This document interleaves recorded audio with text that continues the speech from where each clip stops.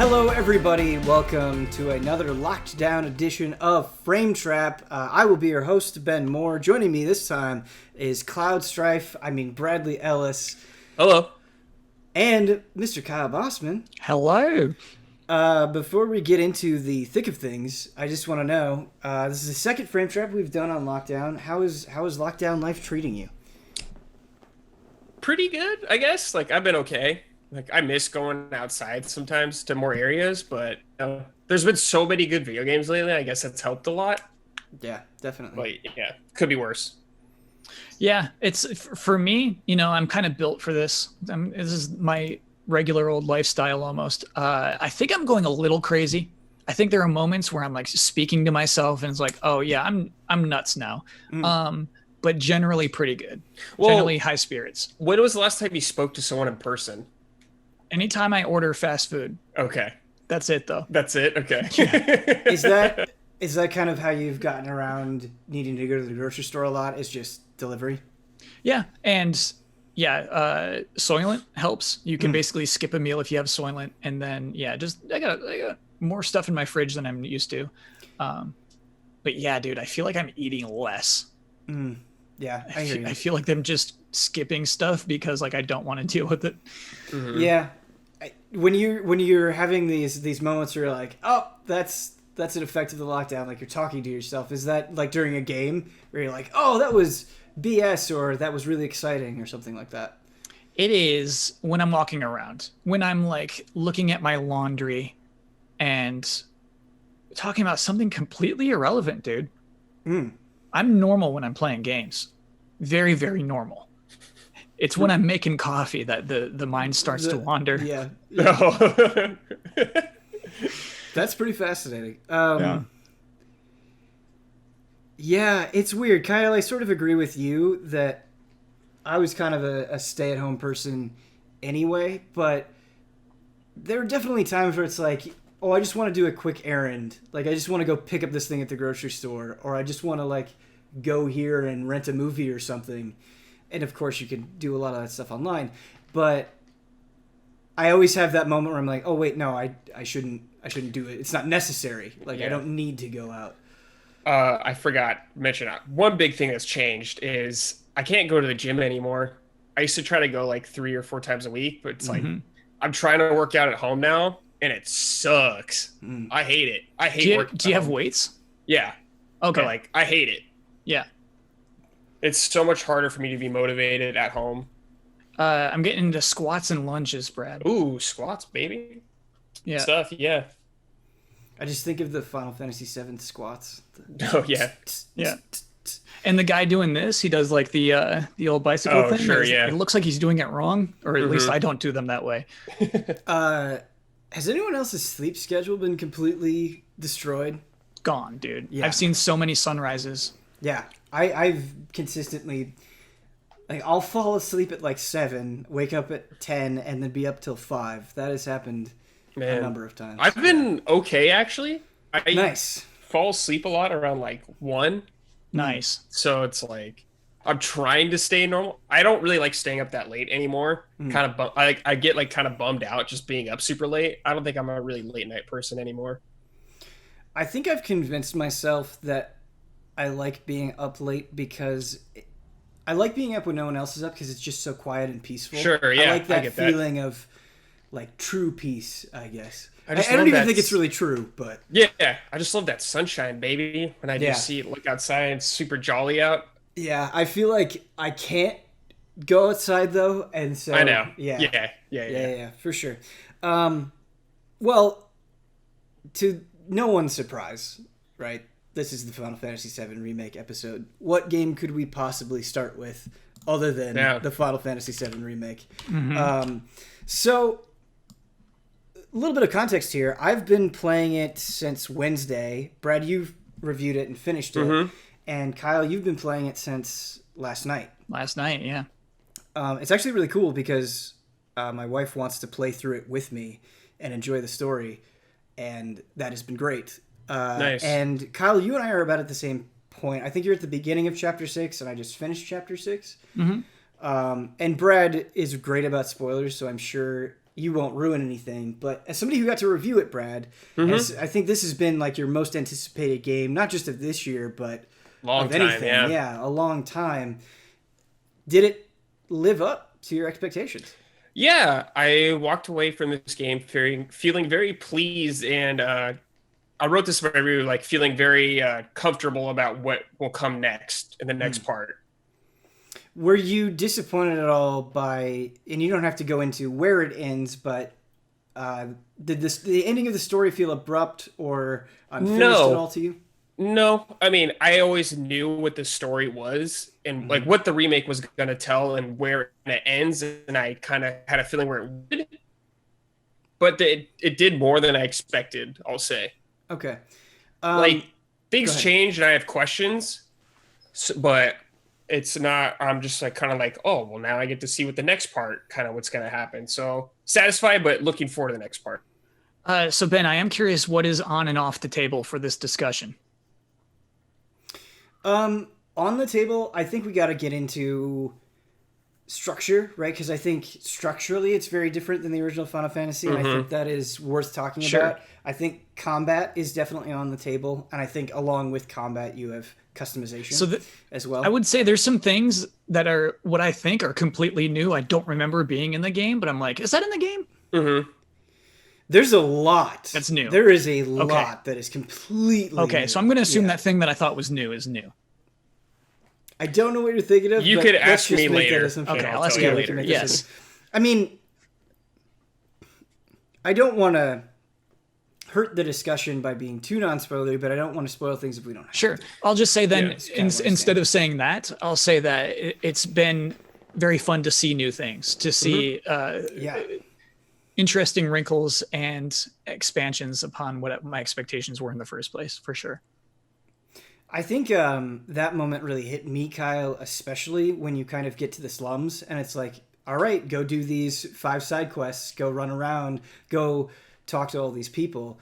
That is where I really had the, wow, this is very, very different than what you get in the original Final Fantasy, or at least it felt different. And I love, like, sometimes there's a little bit too much of it maybe, but running down like a street and just hearing all of the chatter and feeling like, oh man, I have a much better understanding of what this world is like. And then I think when you go above the plate as well, you kind of get a better understanding of the disparity between the two worlds than you got in the original Final Fantasy VII. A funny thing, it's more pronounced. A funny thing about those side missions to me is that I think we play enough RPGs where a person asks you to do a thing and you just do it. In this game, they actually justify it. They say to Cloud, it's about connections. It's about not who you and what you like. It's about who you know, right? And so it actually makes sense for this mercenary to be looking for a cat. Like they give him even a justification just to be doing the smallest, stupidest side quests. And I appreciated that just from a story standpoint. I like that.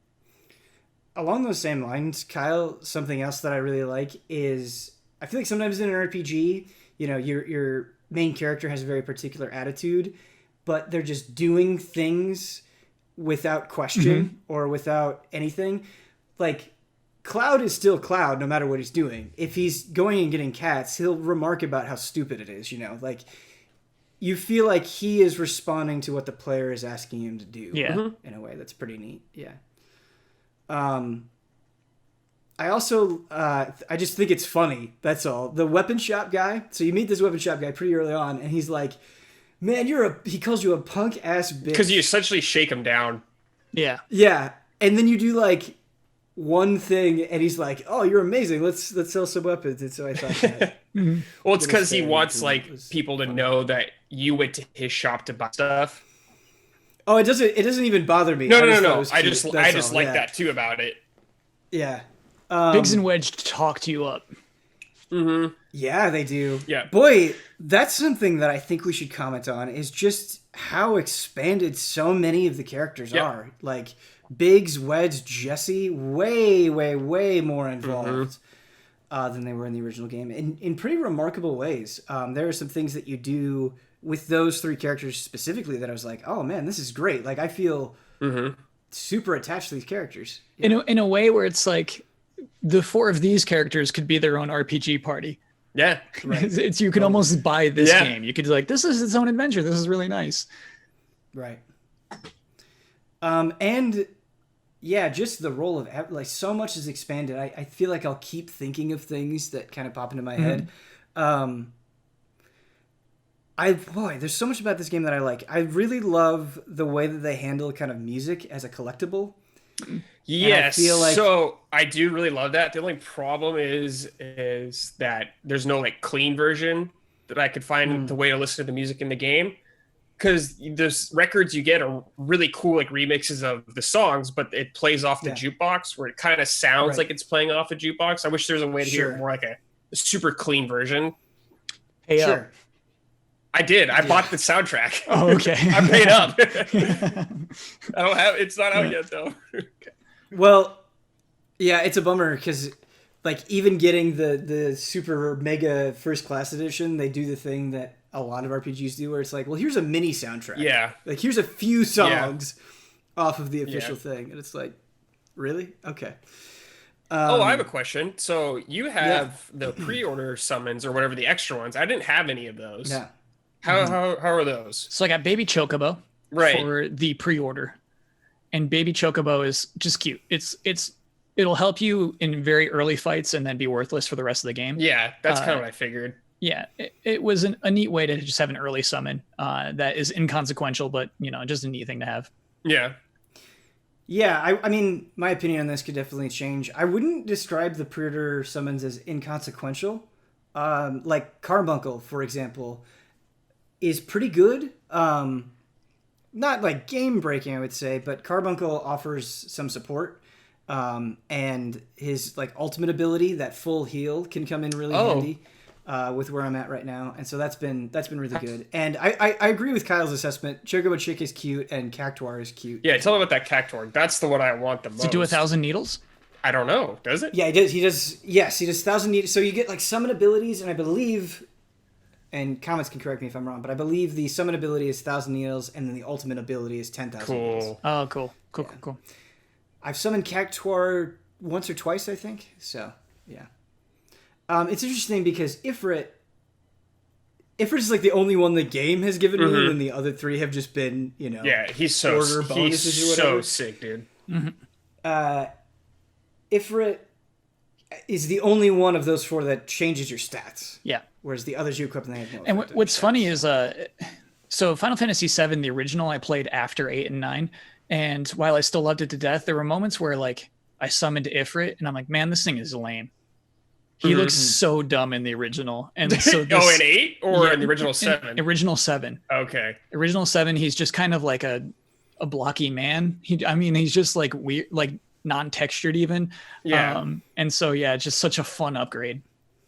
It's kind of funny, Kyle, because the Final Fantasy VIII version of him is amazing, I think. Yeah. Where he, like, coming out of the ground on that flaming rock with, like, his arms crossed and then... He's got the hairy legs in 8, is that right? Yeah, he's, like, more beast-like in 8. Yeah, he's very beast-like. Yeah, that is a good way to describe it, for sure. Kyle, as... we all, I think it's no surprise that I think we all hold Final Fantasy VII pretty dear.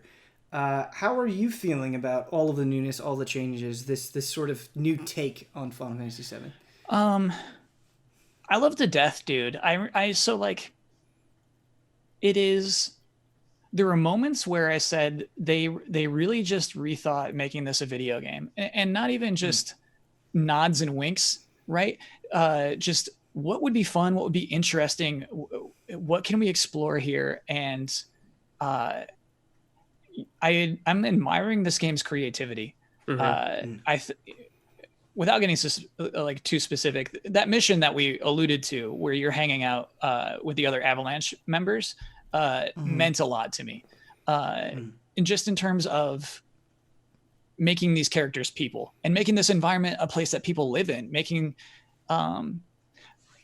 the world of an RPG something you care about. I think it's really important. And a lot of RPGs are really good at it, right? They show you enough people. I was thinking about this earlier today.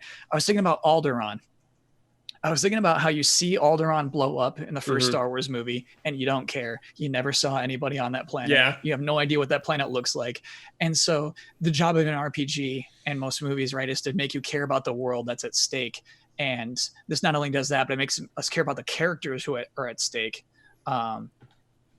And in creative ways, interesting ways that I never suspected would be included in this. I think it does a really good job also of kind of both from what Shinra is doing and what Avalanche is doing, really trying to emphasize how actions will affect a broad group of people, which I really like. Like there's a moment where you have to kind of turn off these lamps and it's serving as the sun for some people below. And just, I think highlighting that like, hey, this is going to kind of hurt people, but we need to do it because we believe in this cause and all that stuff. I don't know. I love the way that they introduce it and how different characters within your immediate party, like Barrett has a very different response than Cloud, who has a very different response than Tifa. And everybody just feels, my wife who's been playing it with me, she said, everybody feels very well rounded. Everybody feels like they have very clearly defined goals and reactions for what they want out of this world, basically. And I agree with that. Go ahead. No, I was saying I brought that up in my review. How kind of every character at this point in the story is on point. I felt like, and is acting how they should at this point in the story. So I'm glad you guys are also noticing these character traits. At first when like Tifa's like doing like these motions, I'm like, dude. But then Tifa's got a lot going on that I truly appreciate it. It's like, okay, this is a character. This is a human being even. And so, I was a little scared. There's a lot of like weird motions, like just anime things. Oh, that they still that's do, just Japanese games, dude. Yeah, exactly. But like the dialogue's there, dude. The voice acting's there. Yeah, so I kind of hemmed and hawed a little bit about whether I was going to play in Japanese or English for this, and I played in English, and I really do not regret it. I've been pretty impressed with the vocal performances across the board. They've done a really good job. I think they're great. I was a little bit worried in the beginning about the combat because I was like, I feel as though I'm not doing much. And I felt very limited with my options, but that has slowly melted away. And of course I still have a lot to go. And so that this opinion will evolve more over time. But I really like, so chapter 6, I feel like they're like, hey, make sure you explore because there's some really good stuff to find. And I think that's about the point where you can start doing different setups and you can see the effects different materia is having in battle. And that was when I was like, okay, now I'm really getting into the combat. And that's, I think, when you start having to do like enemy prioritization more, where it's like, hey, kill these guys off on the side, or they're going to have ranged attacks, they're going to interrupt you. And it's starting to show its depth, yeah, I think, in a way. Yeah. That'll ramp up as you go, too. Cool. Kyle, how are you feeling about the combat? Regularly, just kind of switching to Tifa and punching things. I think the combat is at its best in boss fights. The boss fights have been so interesting in their multiple phases, in the practicality of destroying certain parts of it. Normally in an RPG where it's like destroy 4 legs or the main body, I'm just like, I'll just put all my damage in the main body. And this one, it kind of makes sense to do the 4 legs, you know what I mean, to find weak points. And I like that most enemies, if you read the descriptions, have a fastest path to staggering them, right? And then sometimes it's just like, just use magic or just use physical attacks, or you're not going to stagger it if it's doing this thing, so just cool off for a second. I really like that. I think in a lot of games like this, there aren't a lot of games like this. You can easily play it like a third-person action game, and you're like, oh, I got hit. And like, it's an RPG. You're going to get hit. You're going to take damage. And so I think that accepting that and just learning how to play it by its rules has been pretty fun. Not just in RPGs, but I think any game that relies on multiple characters, there are sometimes I feel like I play a game and it's like I have the options to switch characters and I kind of forget about it because the game isn't really pushing me to do that, and so it just kind of fades into the back of your mind. Whereas here it's like, no, this is so much easier if you just use Barrett to deal with this guy, or Tifa has some really good stuff that she can do. Use her, but also because you're limited on materia slots, right? Not one character can do everything with magic, and you have pretty limited MP in the beginning. And so you really do have to kind of utilize the entire party. And I find myself, issuing commands a lot, and I'm like, oh, this kind of feels like classic Final Fantasy VII. Like the kernel of it is still there. They've kind of done a good job of blending this old and new, I think, pretty well. And I think the enemies grappling you is a really good way to encourage just hitting left on the D-pad and playing to somebody else for a little while. Yeah. And then you're like, oh, this is cool, actually. Yeah, it's a really nice way to encourage switching around. I totally agree with that. I think, and this definitely is a nitpick, I think there is maybe a little too much slow walking. Just a few too many times where the game is like, hold up, we gotta very much slow down and like have this conversation. There are just a couple of times where I feel like it kind of sends things crashing to a halt when it doesn't need to, and it hasn't bothered me that much because I've enjoyed the interactions between the characters, but the slow walking has gotten me. I think for a game with so much cutscenes and dialogue, it's kind of a necessity. Like, I agree, it can slow things down, but I feel like if you could just blow past everything, you would just stand at somewhere forever with them just talking with each other when they're not even talking about what you're actually doing at this moment. It's like an alternative to a cutscene. Yeah, kind of. It's weird, Brad, because I agree with you, and this is just a personal preference, and I think why I frame this as a nitpick, because in some ways I almost prefer a cutscene where it's like, well, I don't even have the option to move. There's just something about like a game restricting you that almost feels worse, where it's like you can move, but you can only move in the exact way that we tell you to. That gotcha. Yeah, but it's not not ruining the game for me or anything. But yeah, man. What else is there to talk about with Final Fantasy VII Remake? Oh, I wanted to bring it up to you two because you guys love Final Fantasy IX. What do you think about the weapon? So each weapon has a unique ability tied to it, and you level it up to learn that ability so you can have it permanently. Yeah. No, I like it a lot. So it feels like before, the reason you would like hold on to a weaker weapon is just it's got more slots. And so I really do like that the weapons not only have their own ability where like, hey, if you use this weapon enough, you're going to learn that ability forever. The idea of leveling the weapons up themselves, and they have this own like little galactic solar systems, that's been really interesting to me, because then like a weaker weapon is a stronger one suddenly. And it gives the weapons more of a life. And I mean, Brad, you finished the game. I can't see how this is sustainable. You know what I mean? Sometimes an old weapon is just you throw it away. But it's really interesting to me to have I think worthless weapons remain useful. I think like the typical video game thing, you'll kind of gravitate towards maybe near the end like one or two different types because you like a certain thing about the weapon. Like maybe you like the stats this one offers you instead of the other one. Because definitely some weapons are better at different things. Like the Buster Sword is kind of, at this point in the game for you guys, just kind of like all around from what I remember. Yeah. I've actually been using like the iron sword that has 3 one, slots. right? Yeah, because of the increased slots. Brett, I actually really like it. And it's something that I like about Final Fantasy IX as well. I feel like, and this is just anecdotal, I feel like there's been a rising trend in loot to just kind of be like whatever has the bigger number, equip it. And, I don't know. I feel like there's just more of a considered effort here, even not just with the weapons, but the accessories early on, where it's like, do you want more slots or do you want more defense? And how, at least it feels to me, that's not always a straightforward decision, where there are times where it's like, oh man, like this character's getting really wrecked, but they can cast this stuff.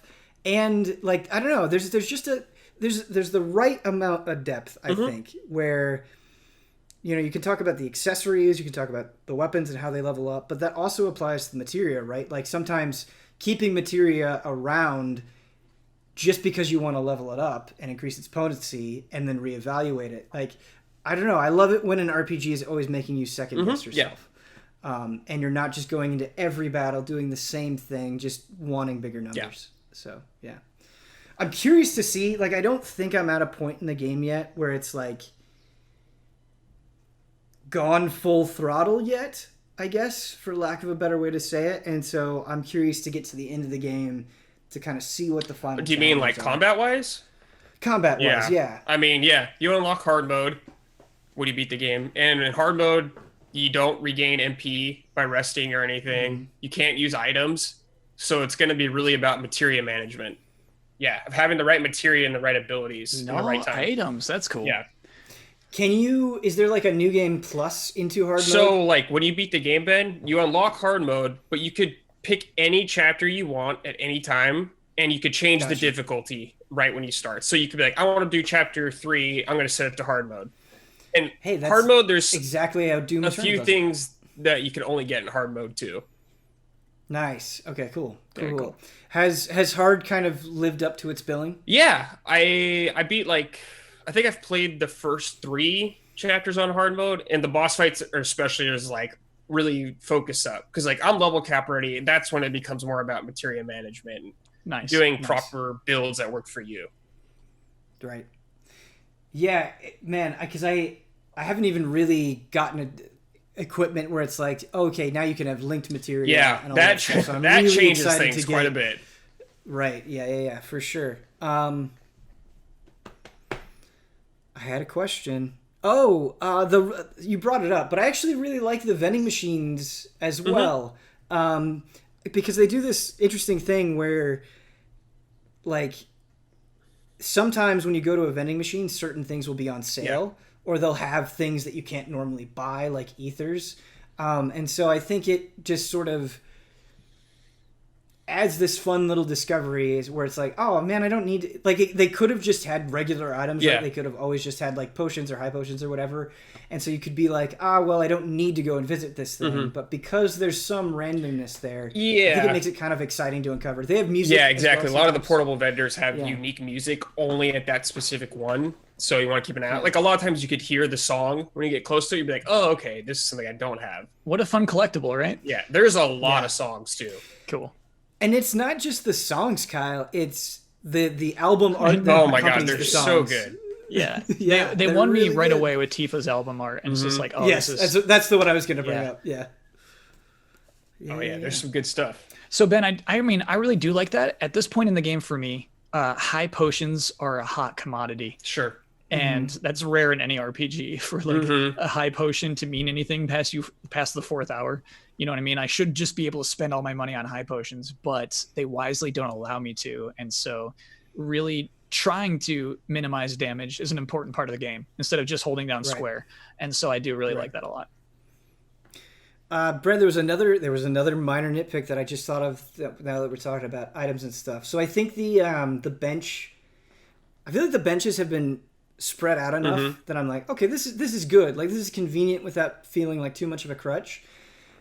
Unless I'm wrong, you can't just like once you get done with the battle and you're outside of combat, you can't just go into your menu like you traditionally can and use potions, right? You got to do it one at a time. Right now, yeah. And so you have to do it outside of combat, and you have to see the animation every time. And I'm like, well, I think outside of combat, you should just be able to go into your menu. When you get more powerful healing spells, it becomes less of an issue. Sure. Because I feel like I'm at a point right now where it's like, well, if I have 50 potions, I want to use the potions over cure because I don't have that much MP. Yeah. Is where I'm at. Yeah, I feel like I didn't even really have to use items that much in the game. Like once you start, leveled stuff like, up. Sure. I was maxed out on healing stuff, like potions that had 99 forever, just stuff like that. Like I started using ethers, obviously, because you start draining mana. But yeah, your mana pool will build up, so you'll have more flexibility.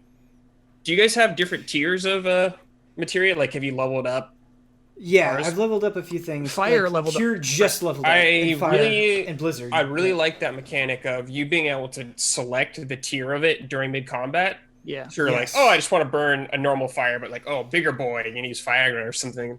Right. Yeah, I agree. I think that selection is a really nice thing as well. I think just overall, I'm really happy with how this feels, that it's not a super literal interpretation. No. And I'm sure that is what a lot of people want, and I don't think that is invalid in any way. But there are a lot of things that Final Fantasy VII is doing that I feel like it's kind of reminding me in the Resident Evil remake, where it's like, if we could make this thing now, this is what we would do. Yeah, I think it's... And I think that is kind of like... I don't know. I think there's more potential to be interesting. So, to me, this is a reimagining of Final Fantasy VII for the modern age. And I think Square's communicated that. And it shows as you play. Like, there's definitely systems and nods to the original, but they kind of change it up a bit to fit in better with what they're going with. Like, the ATB gauge system, perfect example of something from the original that they kind of added in here that makes sense, but it works a little different. Yeah, Brad, I'm actually so glad you brought up the ATB gauge, because I do think that's an important thing to bring up as well, where, like, you have to think about that resource so much. Mm-hmm. Like, there are times where it's like, oh, I've got 2 bars, I'm just going to go nuts on damage, and then I'm, like, frantically waiting for it to build back up so I can heal, and it's like, maybe I should, be a little bit more careful with how I'm spending these. Or even use an item. Really I love that to death. Yeah. And I love that it rewards you being active. So you can't really just run around the field and hope your ATB meter fills up in time for you to heal. Because if you just attack, it'll fill up faster. Yeah. And if you're the active party member, it also fills up faster. So again, it incentivizes switching around. Yeah, if you're holding block down too, it goes up slower. So you can't turtle as necessarily as easy. Yeah. That's almost like a sort of like blood-borne aggression get in there. Yeah, the game rewards you for who you're playing as and being active with them. Yeah, definitely. I got a question for you too. And this is the tiniest, weirdest thing. Was Cloud's door an N64 texture for you? Yeah. Yeah, it was. Yes, I bring up the textures in my review, Kyle. I thought it was bugged, man. I thought there's no way this door looks like this. So that happens. That door, that kind of feeling happens. So yeah, the times. Textures in the game sometimes, especially in the outdoor areas, like in a town or something, they'll kind of just pop in. Mm-hmm. But that door, I remember those doors specifically from when I was playing it, because they never load. They just always stayed the same. But a lot of the other textures out in the world, they will load up. But it's definitely an issue with the game. It has to have been like a last-minute memory save. Yeah. It must have been just like the last day, and they're just like, hey, we cannot run a stable frame rate. Just make it an N64 texture. And they're like, fine. It's hilarious sometimes when you contrast the door to like Cloud's hyper-realistic. Oh my god, the character models like the door is like the insane. background. Yeah, definitely. Yeah, the game definitely has some issues with that. So, I'm waiting for that PC, PS5 version where they just clean all that stuff up. Because we know the door texture exists. Yeah. We know they made it. Yeah. They definitely sacrificed some of that so the game ran better, I would say, because it runs pretty good. I never noticed. I haven't played on a base PS4, but I never really noticed frame rate dips or anything, especially in combat when there's shit gets crazy in that game. And I never really noticed from oh man, it's chugging right now. I know I'm saying this as a joke, but it's always funny when PC versions come out, because I feel like a lot of times they have a subtitle, right? Where it's special edition, enhanced edition, gold or royal or whatever. I just want them to just be more literal. Texture pack edition? Yeah. Like the real deal or something. I don't know. Yeah. That door is going to be in the trailer. Yeah. Of the PC version? It's just going to be it's going to be like the Bloodstained trailer. Igarashi was showing the old stuff. And it's just going to be Nomura talking about comments. Yeah. It's going to be like Twitter comments on the door. Kyle, let's move completely in the opposite direction with something much, much smaller than Final Fantasy VII Remake. Did you play? I don't know if you played all of it, I guess, but you played Shinsekai Into the Depths. I played to the. Okay, so I have not played all of it. So this is. I was first made aware of this during the Nintendo Mini Direct a couple of weeks ago. It's an underwater Metroidvania developed by Capcom. It's on Apple Arcade and Switch right now. That's it. And it's got a look. And I think that's why I picked it up, right? Most Metroidvanias, I think there's a lot of indie game Metroidvanias, right? There's no shortage of it. Mm-hmm. This one just had a look where there's something to it, man. Your character just looks weird. You don't have a name. You're just this underwater person, I guess the last of your kind. And you have like big bulgy eyes with just a slit in them, and you look like a robot. You look like a freaky thing that is likable, and the way you move is likable. And I think what sticks, what keeps you playing, is there's a reason for it being underwater. It not just allows you to go in 3 directions at any times. Sorry, I keep saying 3 directions as if that's a thing. It allows you to go up and down and left and right all at the same time without having to jump. But anyway, there's some momentum to the water. There's some like, this kind of slow startup and then huge acceleration. And it just feels good to have this rocket propulsion underwater. Basically, you're always not really like swimming slowly, but you get this momentum. And sometimes just having enjoyable physics is enough for a 2D game and 3D game, honestly, like a platformer. Sometimes just having this thing that feels nice to control is enough to get you through some things. And it's an interesting game, Ben. It's a very open Metroidvania, I would say. And not in its structure necessarily, but in its environments. You can go all over the place and you'll not always be rewarded for it. Sometimes you're just in a cave and there's nothing in that cave. And it almost makes this world more fun to explore. It makes it more rewarding when you do find a thing. And all of the things matter. Well, no, sometimes you max out on resources and you can't build a new thing, but it's fun to upgrade your suit in individual ways. And like you craft ammo, you craft healing items.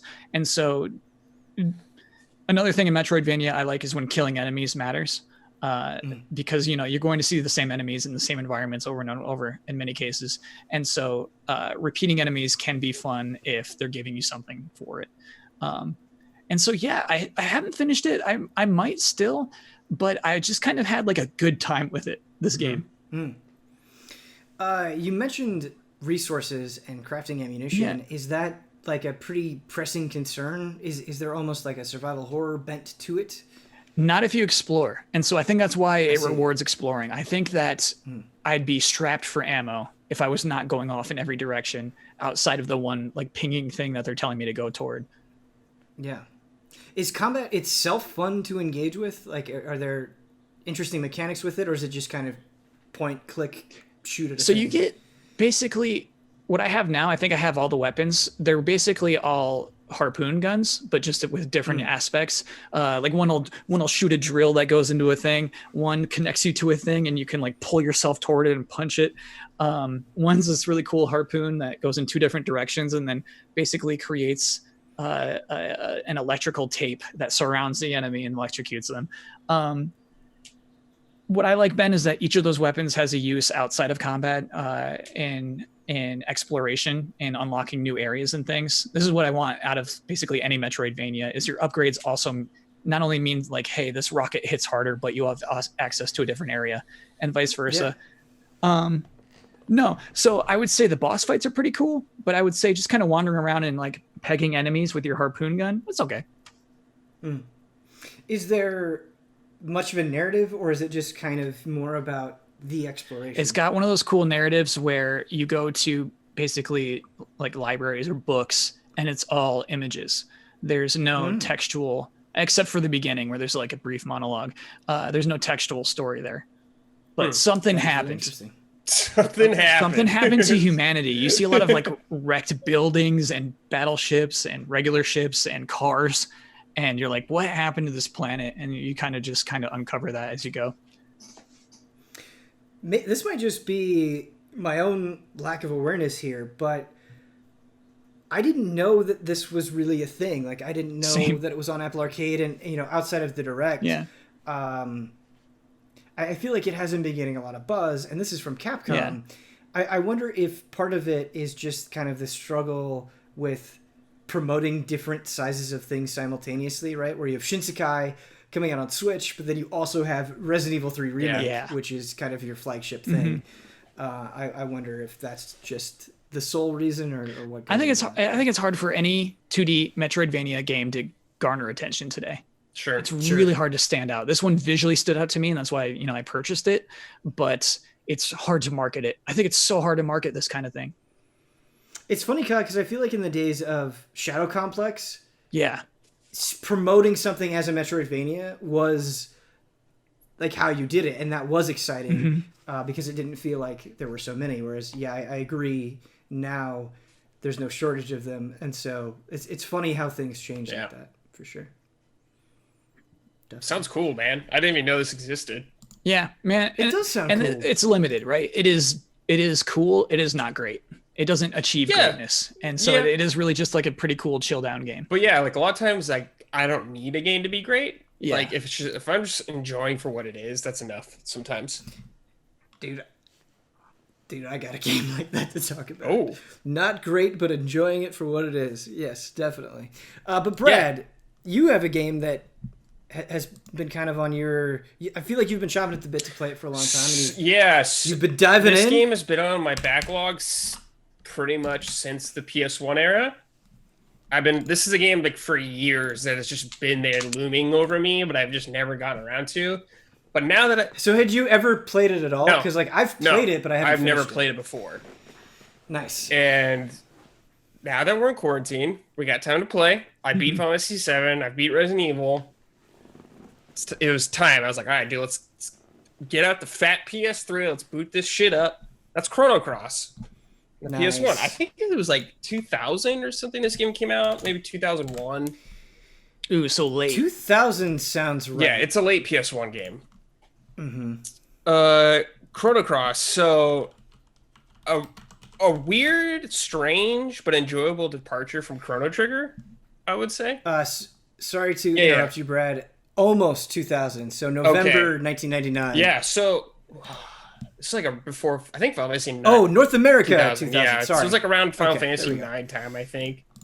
Somewhere around there. But this game is super weird and interesting in how, like, I guess it's kind of connected to Chrono Cross or Chrono Trigger. Like, they said Chrono Trigger in the game. So I was like, oh, but it feels very loose connection to Chrono Trigger right now. I'm like, I think I'm 8 hours in.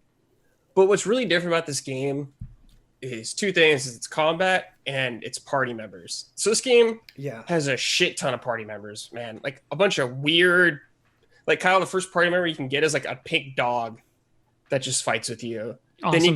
Then you get like a scarecrow man who I'm like, I don't even know where the hell this guy came from or how he's around, but he's just there with me.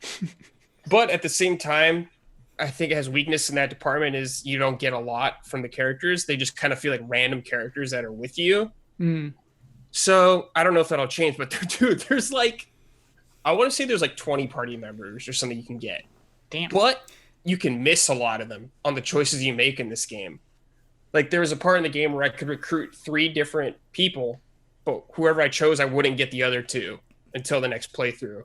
So there's definitely moments where you can make choices, and depending on what you do, you won't get this party member, or they might not join you at this part, which is pretty interesting. Brad, so I have not played Chrono Cross in forever, but I recently played through, well, not that recently, but not too long ago, I played through Suikoden 1 and 2, and that is also, a series very famous for having a lot of characters that you can recruit, and I thought it kind of did a nice balance between characters that were more in depth and you got to spend a lot of time with, and kind of just like goofy characters that don't really add a lot in terms there's of like a story, but I still appreciated that they were there. Do you kind of feel that way with Chrono Cross? So there's definitely like a few characters that the story like they feel like you're more standard JRPG characters that are kind of more involved in the main narrative or there. But there's like I have a luchador with me. Cool. And like that is cool. I met him and I got him like 30 seconds later, and he's just part of my team. I was like, oh, okay. Well, you're here now. That's cool. Like, whatever. Never let him go. But yeah, there's like this character named Kid who's like, she's much more involved in the story. So you have party members like that. But yeah.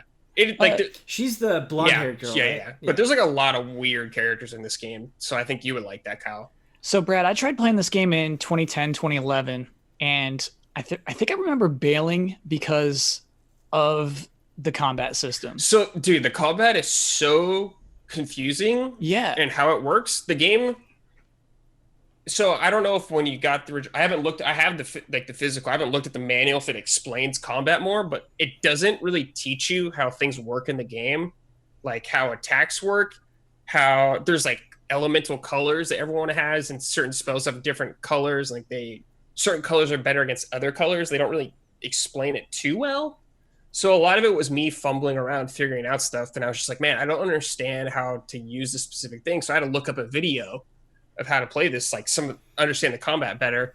And a lot of the people who were there were just kind of like, yeah, I really didn't get it either. But you essentially have a certain amount of attacks you could do per turn. So you have 1, 2, 3. 1 is like less damage, 2 is higher, then 3 is the highest. But they all have hit percentages. And if you hit with 1, the percentage goes up. So you can do like right. I remember 2, 3, yes. and like your percentage will go up. But if an enemy attacks during your combo or like whatever you're picking moves, it drops back down. So you're like, okay, well now I got to use this move. And as you attack, you get like magic levels that level up, and to use certain spells, you have to have a certain high level of like level 2 to use this spell. But once you use a spell, it like uses 6 turns of use. So you go, or 7. So if you have 7 attacks, 7 points you could spend on attacking, you use a spell, it goes down to 0. So magic is like a super intense thing to do. It like it takes away a lot from you, but it can obviously be devastating against foes. And you have to not get hit for 7 turns in a row? No, so like when you hit, you have your party members. So you have 3 people in your party. When a person on your party attacks and they hit something, a point goes up for everybody. Oh, okay. So if like you're at 0 with another character and you hit with like, your main character who's named Surge, he'll get he'll take away a point, but your other 2 party members will get points. So you'd be like, okay, I just want to defend with this turn with this character, but I'll build up points by using physical attacks with another character. It's like a really weird, strange, and in-depth combat system that's super unique that I like, but it's very confusing right off the bat, and you definitely have to invest time to figuring it out. I was actually just annoyed with it. I think I was accustomed to just doing any move I wanted to whenever I wanted to. I could totally see that. It's super complicated and not explained well. And what's so sucky about that is, it's following Chrono Trigger's lineage, and then they just come up with maybe it is interesting, but to me, like the worst turn-based battle system. Yeah, I totally could. I could totally Trigger, see dude. that. Yeah, Chrono Trigger is like very straightforward, but awesome, and it works really well. Chrono Cross like made it super complicated, I guess.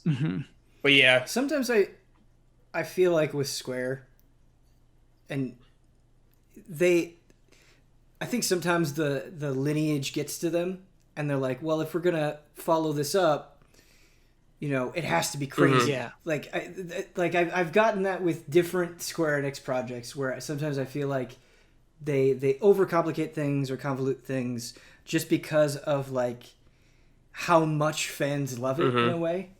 And I'm kind of grateful that like Final Fantasy VII Remake doesn't feel that way so far. Right.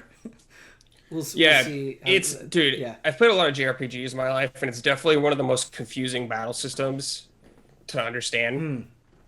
Damn. Did you feel like, so two questions. The first, after kind of using those outside resources, did you feel comfortable with it? I definitely have a much better understanding. I'm still learning things and like how it's because some stuff gets introduced that makes it even more complicated. So like I'm learning to adapt all these things. It's definitely one of like the longest combat systems it's taken me a while to get comfortable with, though. And I feel like I've kind of a thing that as I get older I appreciate more in games is I am okay with being confused if it is fun learning and if it's rewarding like applying those lessons. Yeah. So it's like I'm okay being completely in the dark as long as like I have fun fighting to understand this thing. Yeah, I like it, but I could see why a lot of people don't like it, and it's not something I would want in a lot of other games. It's something I could deal with every now and then. But like I am enjoying it. I'm thinking about it differently. Like I'm thinking about combat a lot differently than I usually do, which is cool. But yeah, it's super crazy. But like Kyle, like you talking about, like I could understand 100% why you build. Yeah. Totally get it. I loved the backgrounds, man. I love how this game looks. It's just constantly in this game, I'm thinking about how nice the pre-rendered backgrounds look. Mhm. Like it looks so good. The music in the game is insanely good. Like, wow, lives up with Guys, Chrono Trigger. I miss pre-rendered backgrounds. They look real good in this game. They look awesome, and like just the world map looks cool too. You walking on it, it's good stuff. So Brett, I feel like for almost completely, not for completely different reasons, but I started Persona 5 Royal and I've been playing Final Fantasy VII Remake, obviously.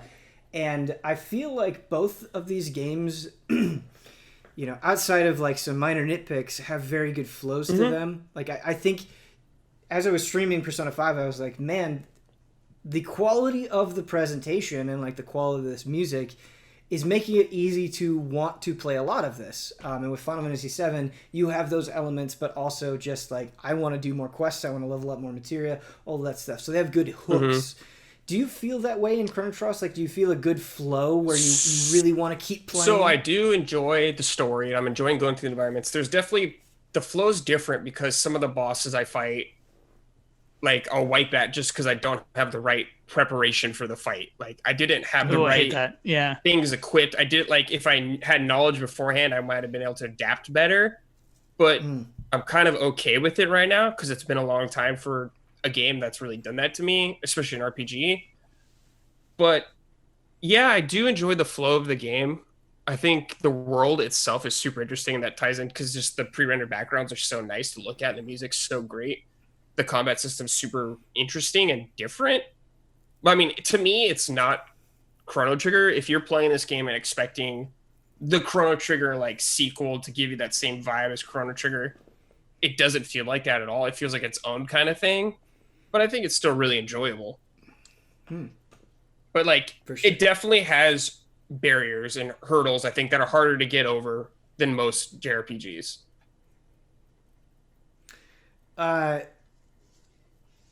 Not in everything. I don't think it's quite as wild as Chrono Cross, but I think talking about the Bravely Default 2 demo.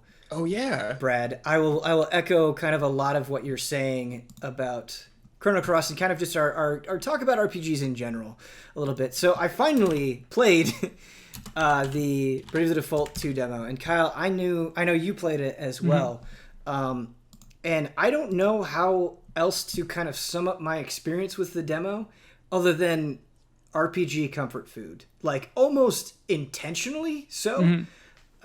With the presentation, with what the story is about, with how the characters are presented, with how it presents side quests and battles and its job system and all this stuff. It's almost like, hey, we know you like this stuff, and so we're gonna lean into it super hard, is kind of what it feels like. And other projects that these people have been associated with, Brave the Default 1, for example, and Octopath Traveler, have kind of given off a similar vibe. Would you say that's a fair assessment, Kyle? Yeah, and it was what made Bravely Default on 3DS so exciting. And what's so weird is I find I don't have that forgiveness as a Switch title. For me, the platform has changed how I perceive this game completely. For instance, the extreme fast-forward speed of the combat system, right? Yeah. That exists in Bravely Default on 3DS, but it also exists in like the re-releases of Final Fantasy VII's 8 and 9, right? They're just like, okay, you can speed this up. If you're making your new game like that, where you have a fast-forward button for your combat system, I think that suggests something's wrong with your combat system, right? I don't know that I agree with that in this case. I see what you're getting at, and I think a lot of times you'd be right, but I think the job system and how they present the job system and the flexibility they give you with it, that fast forwarding makes a lot more sense. I think if these characters are kind of locked into their positions, I hear what you're saying, but I don't know if I agree with that in this instance. Ben, I also like the idea of having the choice as well, if you want. So the way I interpret that, though, is that the game is meant to be grinded, right? Yes, I definitely think it is meant to be grinded. You're meant to switch up your characters. You're meant to grind them through this class so that they have these abilities, and then you're meant to grind them through a new class and a new class. And so I kind of dislike that. The game is about its combat system first and foremost. Yes, absolutely. It's not about its story. You don't care about 4 crystals. You don't really care about these 4 characters too much, at least from the demo.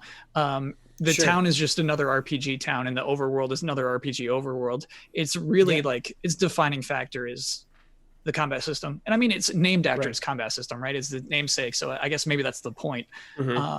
It's just not the thing that I'm most interested in when I step into an RPG.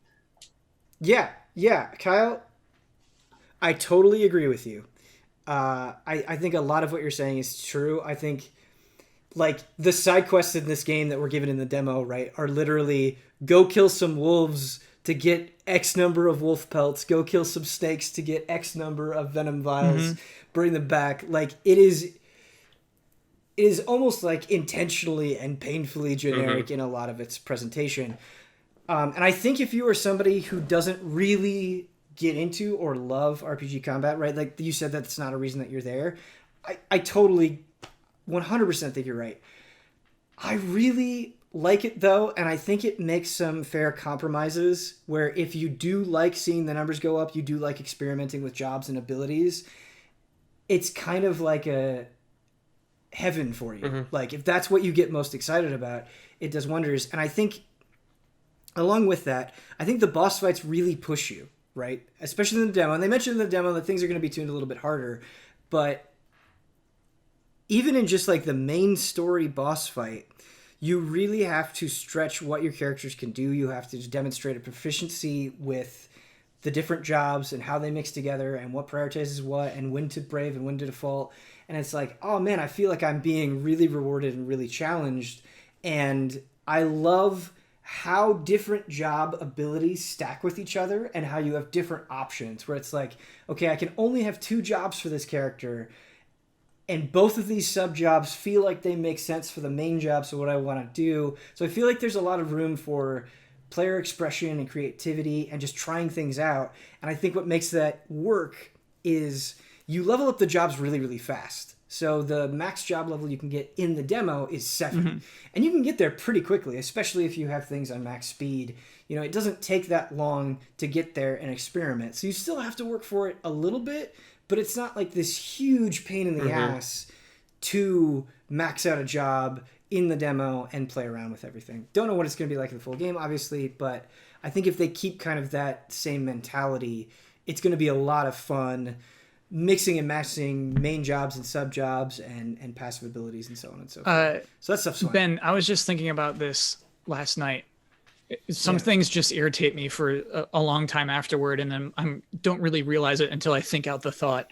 So with this final boss in the demo, which, yeah, fair enough, I was warned, I wanted to have a team of 4 monks. I thought that would be a fun novelty, right? In this game with limitless opportunities, how fun would it be to have 4 monks? I was level 15 coming into that final boss fight, and I actually didn't get wiped. I was sustaining myself, but I was not doing more damage than he was healing. The enemy heals himself, and so like I couldn't possibly win. It was a battle of attrition. So I just grinded until level 20, and then the 4 monks beat him easily. And what really made me mad, Ben, when I was thinking about this, was that the poison did more damage when they were higher level than it did when they were lower level. This idea that the poison is hurting him worse because we're higher level is like, what? Come on. Sure. Yeah, I mean, it's definitely a classic JRPG in the sense that it is very numbers based. Like everything comes down to numbers. Right. So when I was level 20, I could just straight attack. No, that I did poison him. And now coming to think of it, maybe it was 500 damage every time the poison. So not really relevant to the conversation. But the thing that is that when I was level 15, I had no chance with my party. And then when I was level 20, it was a very easy fight of just going straight attack the whole time. And so I'm not buying into the systems. You know what I mean? I'm not buying into the dynamics of the system as much as I am the numbers game, as you call it. Just, hey, if you're high level, you got it. If you're low level, figure it out. And it's just like... What's interesting, Kyle, is I was like 19 or 20 when I fought that thief boss as well. And I do think it is by and large a numbers game, but like 20 was the max you can go. Right. And I didn't feel like it was a pushover. Like, I don't feel like I could have just done anything and got through it. Like, I still had to have some sort of strategy going into that. You should have seen the four monks, man. I need to see your 4 monks footage. Yeah. OP build, dude. Yeah. I did find the monks very, very strong though. Like, my monk was a monk vanguard, and he was doing just insane critical damage. Like, he was definitely my big damage dealer, and magic is very good too.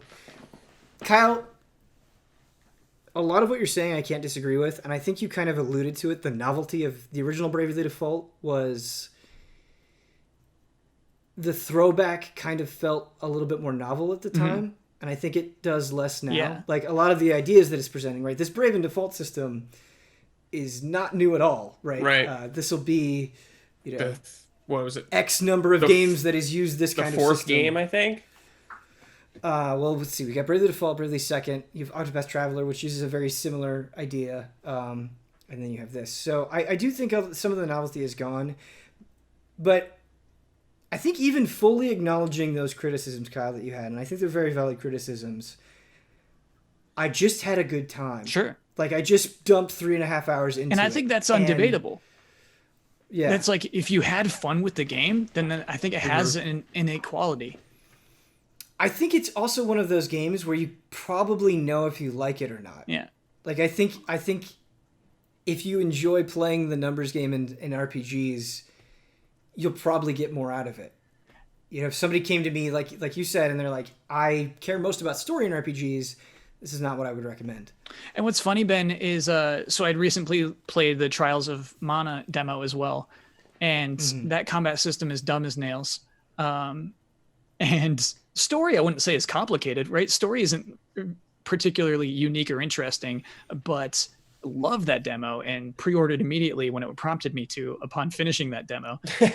And I think part of it is just, for me personally, right? We all like these different things. This third-person perspective, exploring environments, is just something I truly enjoy. It's why I like 7 Remake so much. Just this idea of, hey, if I go down those stairs, am I going to find a cool secret? And the game's like, yeah, dude, I got you. And 7 is all about that. 7 is going to reward you for going into nooks constantly. Trials is kind of the same way. And yeah, I feel like I'm walking around a JPEG in Bravely Default 2. No, Kyle, I think you talking about like kind of what you value really plays into this conversation so much, because the discovery in Bravely Default 2 is almost non-existent. Like, you'll be in the world map or you'll be in a dungeon and it's just like, there's the chest right there. You could see it. There's not really any, and again, it's just a demo, right? Could change in the main game, but I felt that way about Bravely Default as well. There is not that same sense of exploration. Whereas even I feel like Final Fantasy VII Remake is doing a lot more to get you excited about walking around. Like, this is really just kind of the combat. Like, that's pretty much it. I do think the look is charming, but not that charm isn't especially deep. I gotta say, one thing that really annoyed me in Final Fantasy VII Remake is you can't turn off, and maybe you can, you all can tell me, the marker, the compass on top of the screen. I don't know. Because there'd be intense story moments where it's like, your objective is this way. I'm like, buddy, not now. Yeah, I don't know. It's a good point. I tried to turn it off as best as I could. But conversely, what I do like about that is you can see on the map where there's going to be a secret. You're touching that touchpad button and you're like, okay, there's a secret over there. And so, I mean, the environments look dense, they look intimidating, but there are ways to find where the cool things are. It's easy to explore Final Fantasy VII Remake, I feel like.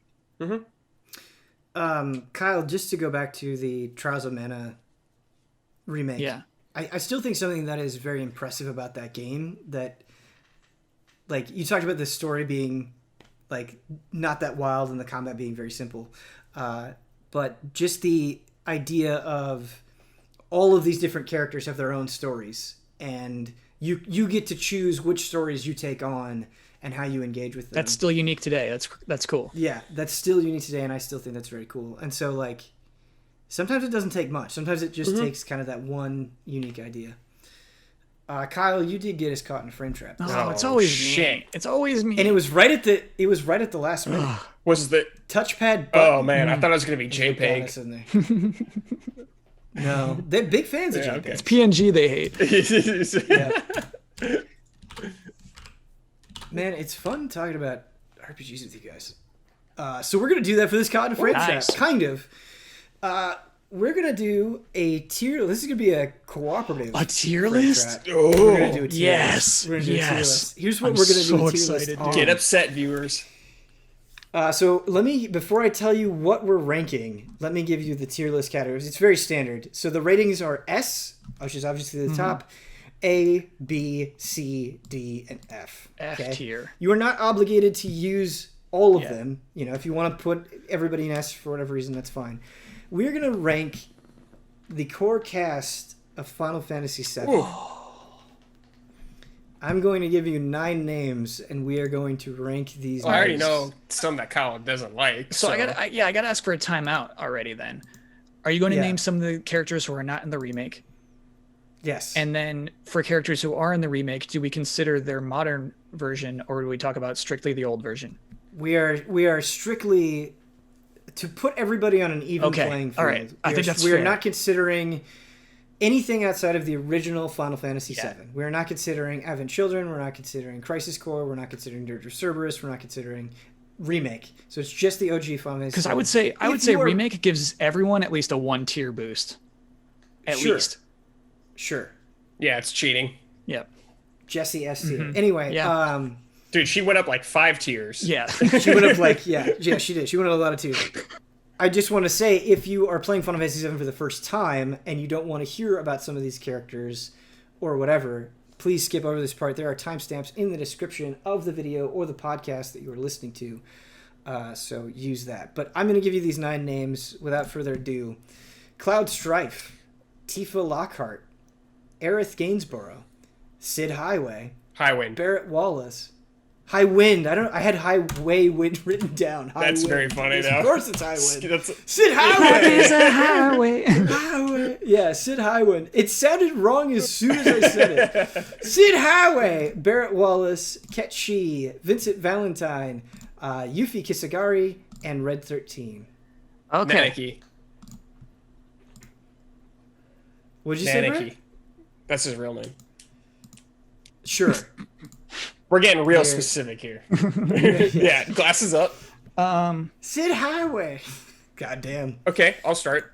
Cloud for me is S tier. I think he's one of the best like Japanese role-playing protagonists of all time. His character arc, which I will not spoil, takes you unexpected to areas, and he has real growth in that game. So, Brad, something you said, I think allows him to be an S tier is that he is a protagonist, and so he has to carry a lot of the story's weight. He does. And so why wouldn't normally rank him as S tier? I think as a protagonist. And The story revolves around him heavily. yeah, and comparing all the other protagonists of all other RPGs, I think he's a gold standard. I'll allow S tier for Cloud. While I don't think every character kind of revolves around him, I think the most essential characters, the way that they interact with him and kind of revolve around him is very, very interesting. Yeah. Ket Shi, F Alright, tier. Cloud is an S. I don't. Sorry, I feel like Reed. that tier is made for him. Sorry, Reed. Yeah. I'll Kyle, go when with I it. was making this list, I was like, I know Ketchy. This is a hard Yeah. list because I love all these characters, but I can understand why people do not like that character. Yeah. Definitely my least favorite, though. He's my least favorite of this list. All right, let's get some easy ones out of the way. In my opinion, and I feel like I can make an argument for all 3 of these characters. I think all 3 of these characters are S tier. Tifa, Aerith, Barrett. I think they're all S tier. We can't have 4 characters in S tier. This is an S tier game, Kyle. I feel like not all of this. I don't know. When I think about Barrett, I don't think about he's as good as a character as Cloud. I feel like I do love Barrett. I think he's a very important character to the story. To me, he's like A. So Yeah. here's what bumps Barrett to S to me. His story with Dyne is one of my favorite parts of Final Fantasy. Yeah, it's awesome, but I feel like after that point, it kind of just falls off, like any of his development. But like at the same time, it's not needed. Like I don't feel like it's needed, but that's it, kind of thing. It does, but I feel like that is kind of a concession of we have character plots which revolve much more quickly and overall plots which extend the course of the game, right? So not every character is going to have as long of a story throughout this RPG as like Cloud does, for instance. But that's what S tier is for. I think A tier is high praise for somebody like Barrett, who I think Brad is right. It just kind of falls off by the end. He's kind of just here for support by the end. Sure. Okay. Like the whole thing with Cloud and S tier to me has been is obviously his story throughout the whole game and like his growth, and I think just how much he's evolved. Like I don't necessarily just rate his character like as who he is, but like the aesthetics, the things you get with all of them. I think that's an important factor, and I think Cloud is just the best. Listen. I'm taking an Ian Hink approach here, and it's working out beautifully for me. So Ian talked about when he would review a game, he would score it way higher because he knew Blood was going to knock him down. He was going to be like, that's what I wanted. Yeah. You know what? Barrett being A tier, me getting to talk about the Dyne storyline. I love the Dyne storyline. It's great. So now I have to knock down Tifa and Aerith together. Okay, so I think both are fantastic. I think Cloud, you know, we're talking about that S tier Cloud development. I don't think it would be nearly as interesting were it not for Tifa. For sure. I also think, you know, we talked about characters dropping off. Aerith kind of keeps coming up and has the most defining moment of the game. Yeah. Yeah, definitely. I'm not against Tifa being S tier for sure. Here's why I'm against Tifa being S tier is the slot machine limit break. Oh, the Yaz. Yeah. Ben, do we get to... That's such a funny thing to bring up. Do we get to account for limit breaks? Absolutely. Yeah, so funny. Breaks are very you can't be crucial. an S tier with a slot machine limit break. I can't allow it. Okay, so especially because A because of the slot machine limit break. Kate Sith kind of has one too. Yeah, dude. Like an RNG gambling element to it already. Yeah. He's already an F. Oh, sorry, Reeve, dude. So Barrett and Tifa in A, do we make Aerith S? Yeah, you made the case, and I think absolutely agree. Yeah. She is iconic. Yeah. Boy, this is no slot machines, dude. So Vincent's interesting. Vincent's got a great design, and I love just his guns. I love just having guns. Some really cool weapon. limit breaks. Yeah, where he really just cool. turns into different monsters. Yeah, and it's cool to unlock him. Just the process you have to go through to actually get him into your party. Yes. How sick.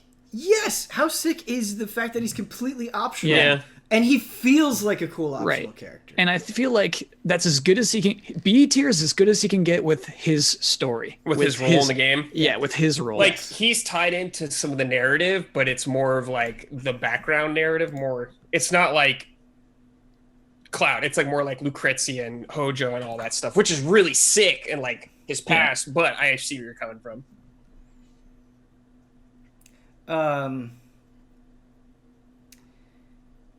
Yes, I think Vincent is. I think you're right. I think along those lines, Yuffie is also B tier. Sure. Also optional. Sorry, Kyle's kind of upset. Yuffie could be C tier. I really like Yuffie. I know Yuffie definitely has her haters, but I love Yuffie. I like the fact that she is kind of this like chaotic force that you run into on the world map and is kind of this trickster. Steals your materia. But that's not it, right? Like, she's not just kind of like this goofball.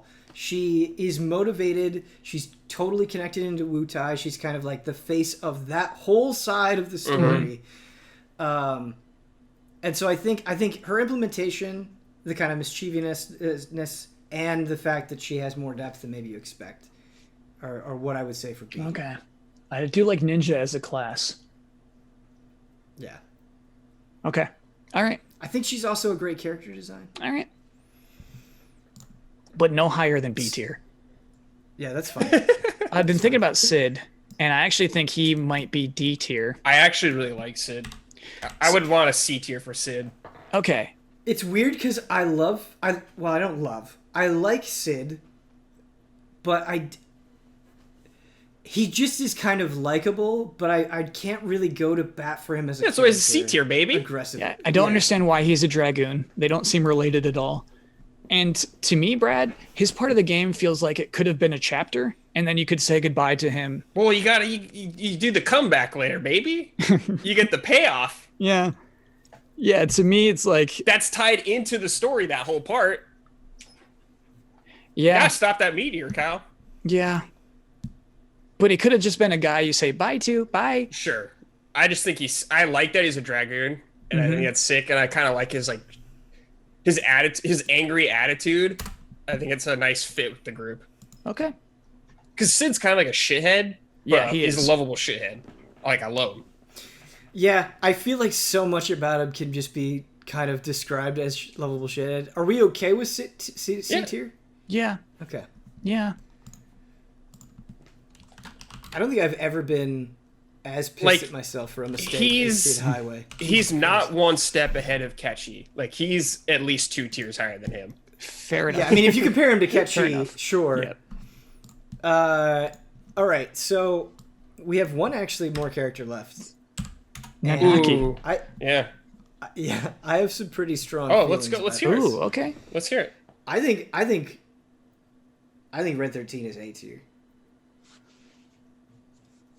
I could see B, but I think B would be the lowest I would Red go. 13 was a permanent party member in my first playthrough. Because he's a sick-ass dog that fights with you. How rad is that? With, like, one eye. Yes, but it's not... He's rad from that level for sure.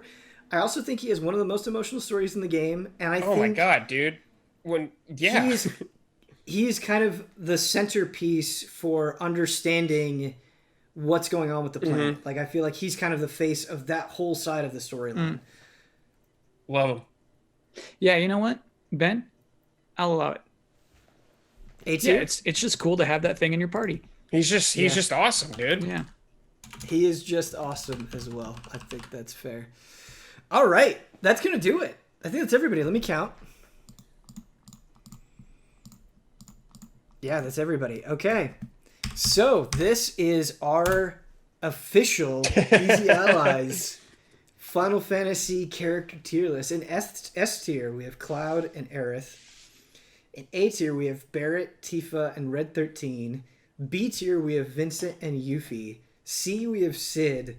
And F, we have Ketchy. It's a big gap there. It's a big gap.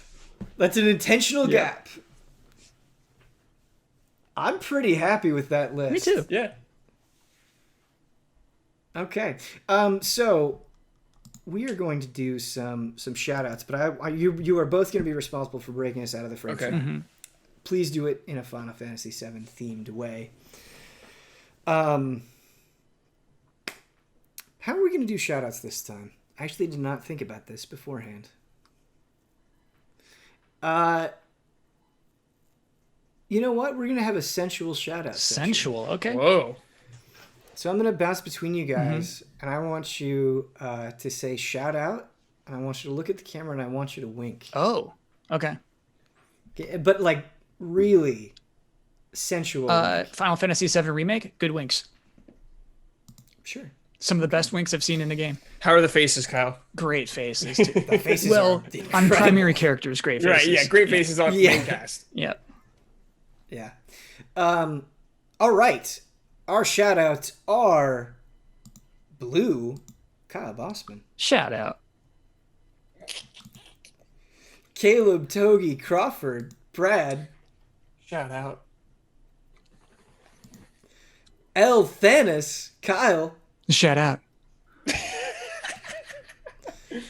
Greg, the Dark Knight, Kettering, Brad. Shout out, Greg. Our last one, Kyle, Jessie Blu. Jessie Blu, shout out. That was the Tifa impression? Yeah. Impression, yep. All right. Have you guys decided how you're going to break us out of this frame trap? Brad, I like when the characters do a summon, they do like a very elaborate pose. Yeah. So I feel like we should do our own summon poses. Okay. Okay.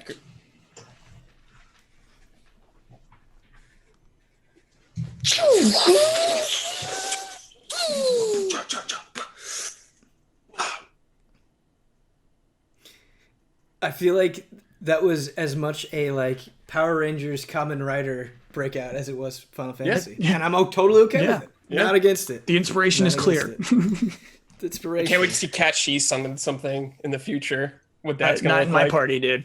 I'm gonna do it. I'm gonna send you a video, no matter where we are in the world. I hope as punishment for our sins, in whatever part he ends up showing up in, I hope there's like a 10-hour like Ketchi solo party. Mandatory. Party. But it just it's like a visual novel. It just turns out to be the sickest shit ever. Like it's just awesome. So it just makes us bitter. Yeah, like we're doing really cool things, but it's as that character. Like Reeve is like a tortured soul, dude. Like he had to murder someone as Cat She, and he's like dealing with it. Fine, he's F plus. Like him strangling something as the robot to death. That's what I want. And him like crying at his desk doing it. Dude, Brad, you're speaking to me right now. Yeah. Like him having to make a kill that's hard. Yeah. F plus, F plus, then he's D tier. When you're strangling something to death and crying about it, D tier. 1 tier. Killing somebody gets you up to D tier. How fantastic. We really only have one more thing, technically 2 more things to talk about. I'm so excited to talk about this. So, Resident Evil 3 Remake put me in a Resident Evil mood that has been hard, interrupted by Final Fantasy VII Remake, because of course it's going to interrupt everything. Mm-hmm. But I played before, but not all the way through Resident Evil, and I kind of want to make sure that I finish every mainline Resident Evil.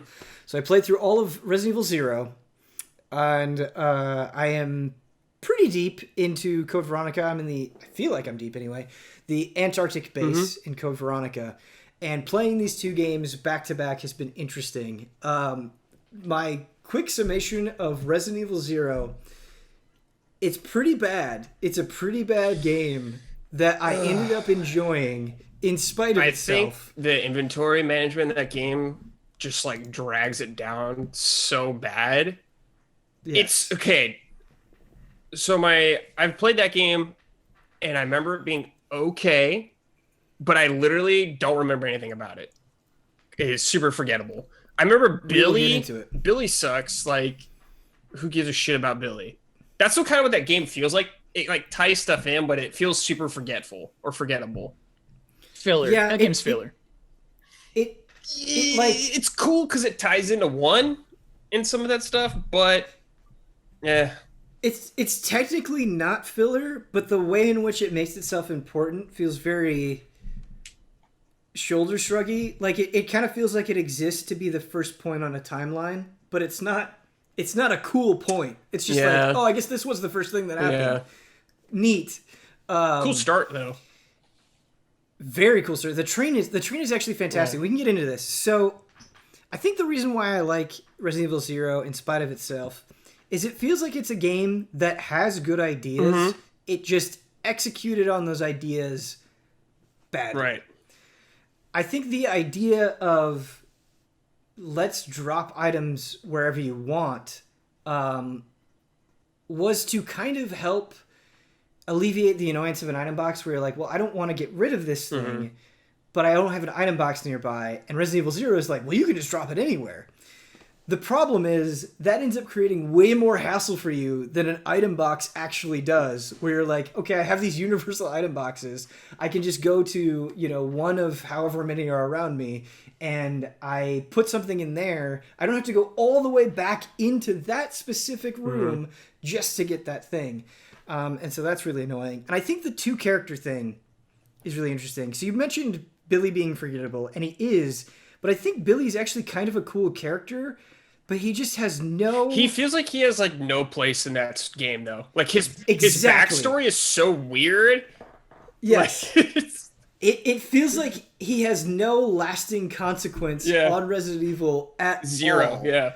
And like he's kind of doing his own personal thing, but yeah, he's kind of like a completely inconsequential character. I do think he's kind of likable though. And I like how his relationship with Rebecca builds over time. It's not amazing, but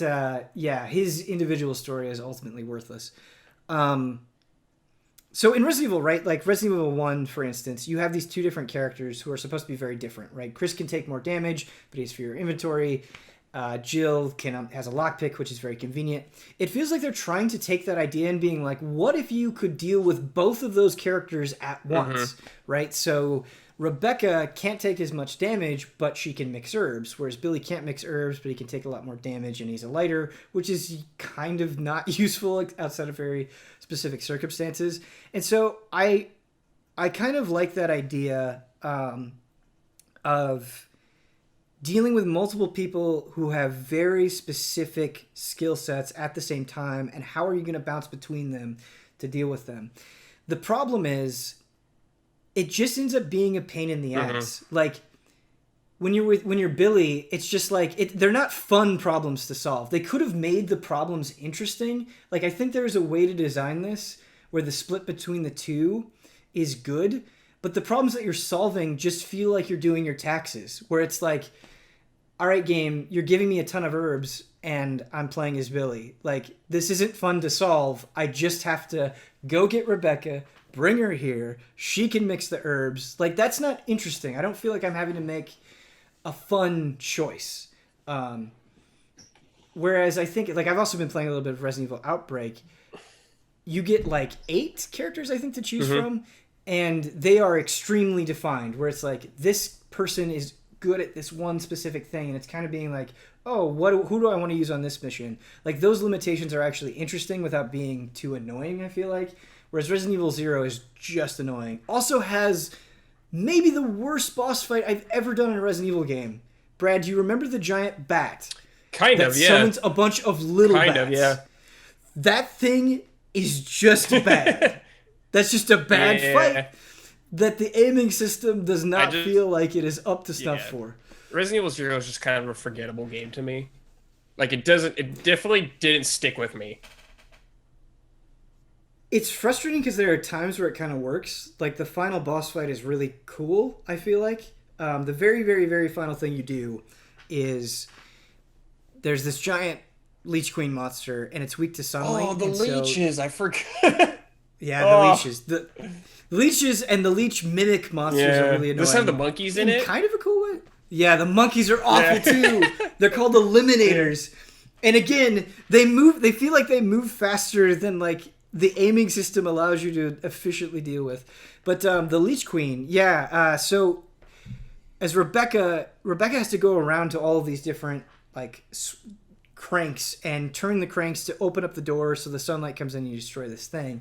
And it actually feels like it's using the two-person dynamic pretty well, where it's like, okay, I have to be aware of this other character and protect them while using this guy, while using Billy. And I wish there were more instances in Resident Evil 0 where I felt that synergy. Bad game. Not recommended. I remember pushing boxes in it. Yeah? Yeah. Yeah, there's box pushing. The Eliminators are really annoying. Yeah. The train. Let's go back to the train. The reason why the train is so good, Brad, is because the train is just a straight line, pretty much, right? Like, a lot of the annoyances that you have to deal with when you're in such a small space, they're a lot less annoying because it feels like the train is designed around these two people. You don't have to cover as much ground. There's not as much space to work with. And I think they could have designed the game more like that to kind of work around the pain. Do you like send one of them on the roof or something of the train? One of them has to like hang around by the controls while another runs off. Okay. Oh yeah. And you have a timer that you have to deal with. Okay. It's kind of tense and exciting. I kind of like that part. But Code Veronica, I feel like is a really good game that is super rough now. Like, time has not treated it well. Yeah, it was a Dreamcast game. Dreamcast game, yeah. But I feel like it is ripe for remaking. Oh, yeah. The voice acting and the characters are so bad they're amazing. Like, I'm having a great time with them. And that game kind of takes the Resident Evil item gathering to the extreme, where it's like, you have to go and get this thing and then look at this thing and then pull it out and then this unlocks this other thing and then you have to go all the way to this other building and then you get an item and then you have to go all the way over here. And it's kind of a pain in the ass. Like if you don't know what you're doing in Code Veronica, it's kind of a pain in the ass, but it's a pain in the ass that feels carefully constructed. Like the enemy density, the difficulty of the enemies, and how much ammo they give you feel really well considered. And the differences between the weapons are really, really, really cool. Like you get a bow gun and you get a shit ton of bows, but it doesn't stagger enemies the same way as a handgun does. And trying to figure out what to use in which situation is actually really cool. And so I think like the nuts and bolts survival horror elements are done pretty well in Code Veronica. Yeah, totally. Are you playing X version? Playing X on PS4. Okay, cool. Yeah. Yeah. Unfortunately, I don't know why that didn't come to PC, but yeah, so be it. So be it. Kyle, what is your experience with the older Resident Evil? Only Huber playthroughs. Okay. So Too spooky? Has that become like your preferred way to experience Resident Evil? Only way. Yeah, I was gonna say it's probably his only way. Yeah, and so man, except for the 5 and 6, I think I've seen him play through all of them on the couch with him, and then obviously 3 online. Were you there for his Code Veronica playthrough? Because I know he did one at GT. Yeah. What did you think of that game? I absorbed very little of it, honestly. I remember there being family drama. Yeah, Yes, a lot of there's it's a lot The of villains family. have family drama. I do remember that. A lot of brother-sister drama in that game. Yeah. And so I wasn't way into that, right? It's you want to be focused on, these bioweapons and the companies behind them, and not particular individuals who are just plainly evil. But it was interesting to me as the first 3D Resident Evil, because I think it still has fixed cameras, right? Yeah, it does. And so it's this kind of weird in between. It's Ben, I think it's nice to play today is just when you look at the chronology of Resident Evil, and just you can kind of appreciate it for where it is in the timeline and see how things slowly evolve. Well, rapidly, because RE4 is just ridiculous. Yeah. It's funny because I feel like the eliminators in Resident Evil 0 are kind of like a good idea that the game can't properly support. I don't remember what they're called, but in Code Veronica, you have these really fucking awesome enemies. They've got like these long arms, and they can either grab you and shake your head, or they can actually get you from a pretty long distance. They're almost like Stretch Armstrongs, where they can kind of whip you and they can catch you off guard, but it also changes how they move around. So they can, like, you can be walking on a bridge and they can just, you see their little sticky arm come up and hit the bridge and then they flip over, and so they can kind of catch you off guard. And they feel like they kind of play by different rules than every other enemy. And I think that's really awesome and interesting. Like that a Ben, lot.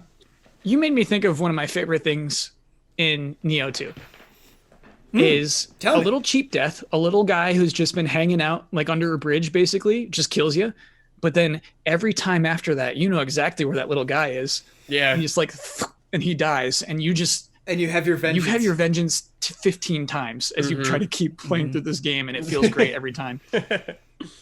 Kyle, I really like it when games let you have your vengeance. Yeah. Like they kind of know it's going to piss you off. These stretchy arm guys are kind of that way, because when you first encounter them, they take way too many resources to deal with effectively.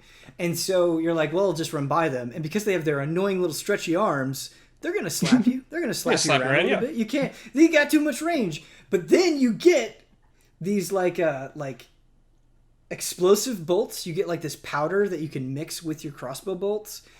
They just tear through them. Yeah. And you you're have like, your vengeance. I have my vengeance. Yeah. I have my vengeance. Yeah.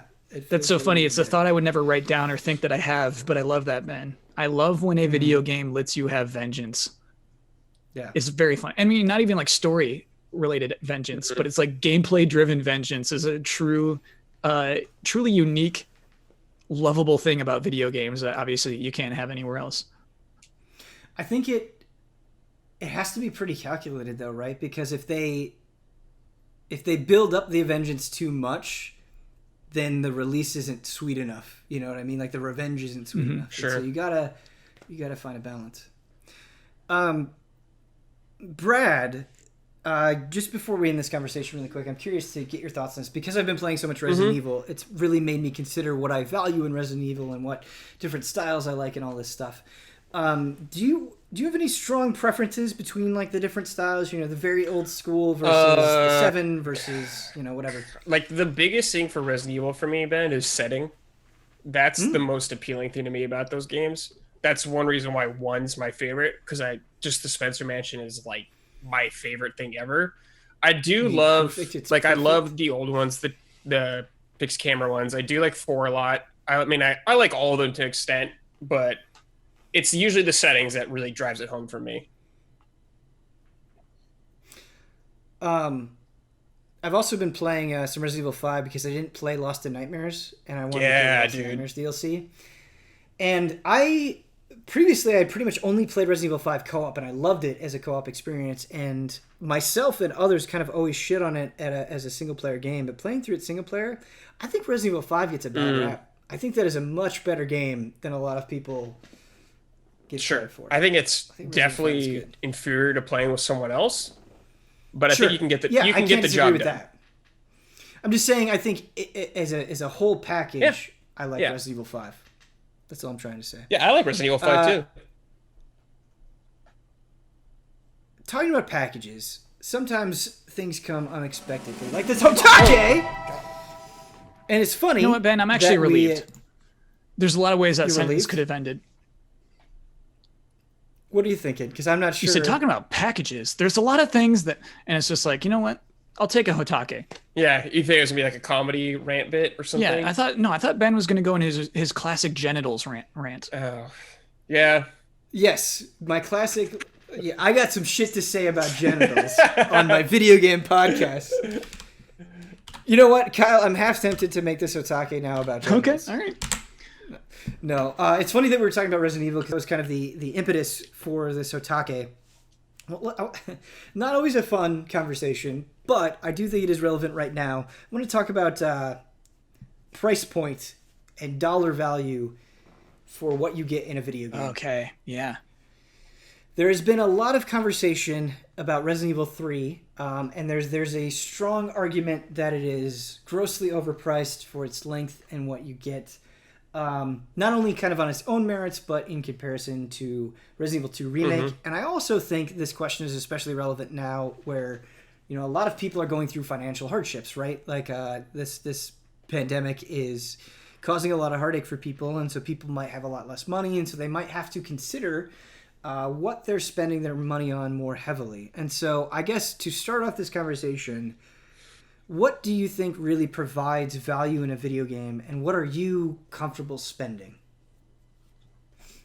I don't know. I guess it's a case-by-case basis. Like, with Resident Evil, I'm super familiar with and a big fan of the franchise, so I'm okay with spending more. Maybe if I'm not someone who's into something, or... So the thing with Resident Evil 3 is I got a lot of replay value because I played it a lot, but if you're someone who's just going to play through the story once and be done... I think you're going to feel burned. Yeah, oh man. I mean, this is an eternal question, right? But I see how it's even more relevant today, Ben, where, you know, your budget is dwindling month by month. Obviously, for me personally, like, it's a weird scenario because I'm able to justify a lot of expenses as business expenses. Like, oh, obviously I have to stream this eventually, or obviously I'll have to talk about this on a podcast. So it's okay that I'm spending $60 on this game. Right. It is, gosh, it's hard to quantify, right? Because there are so many great games that all of us have not played yet that we can get for $15, you know, used or just digitally. But I think there's something exciting and intangible about getting a game new, getting Resident Evil 3 Remake new while it's still exciting and fresh.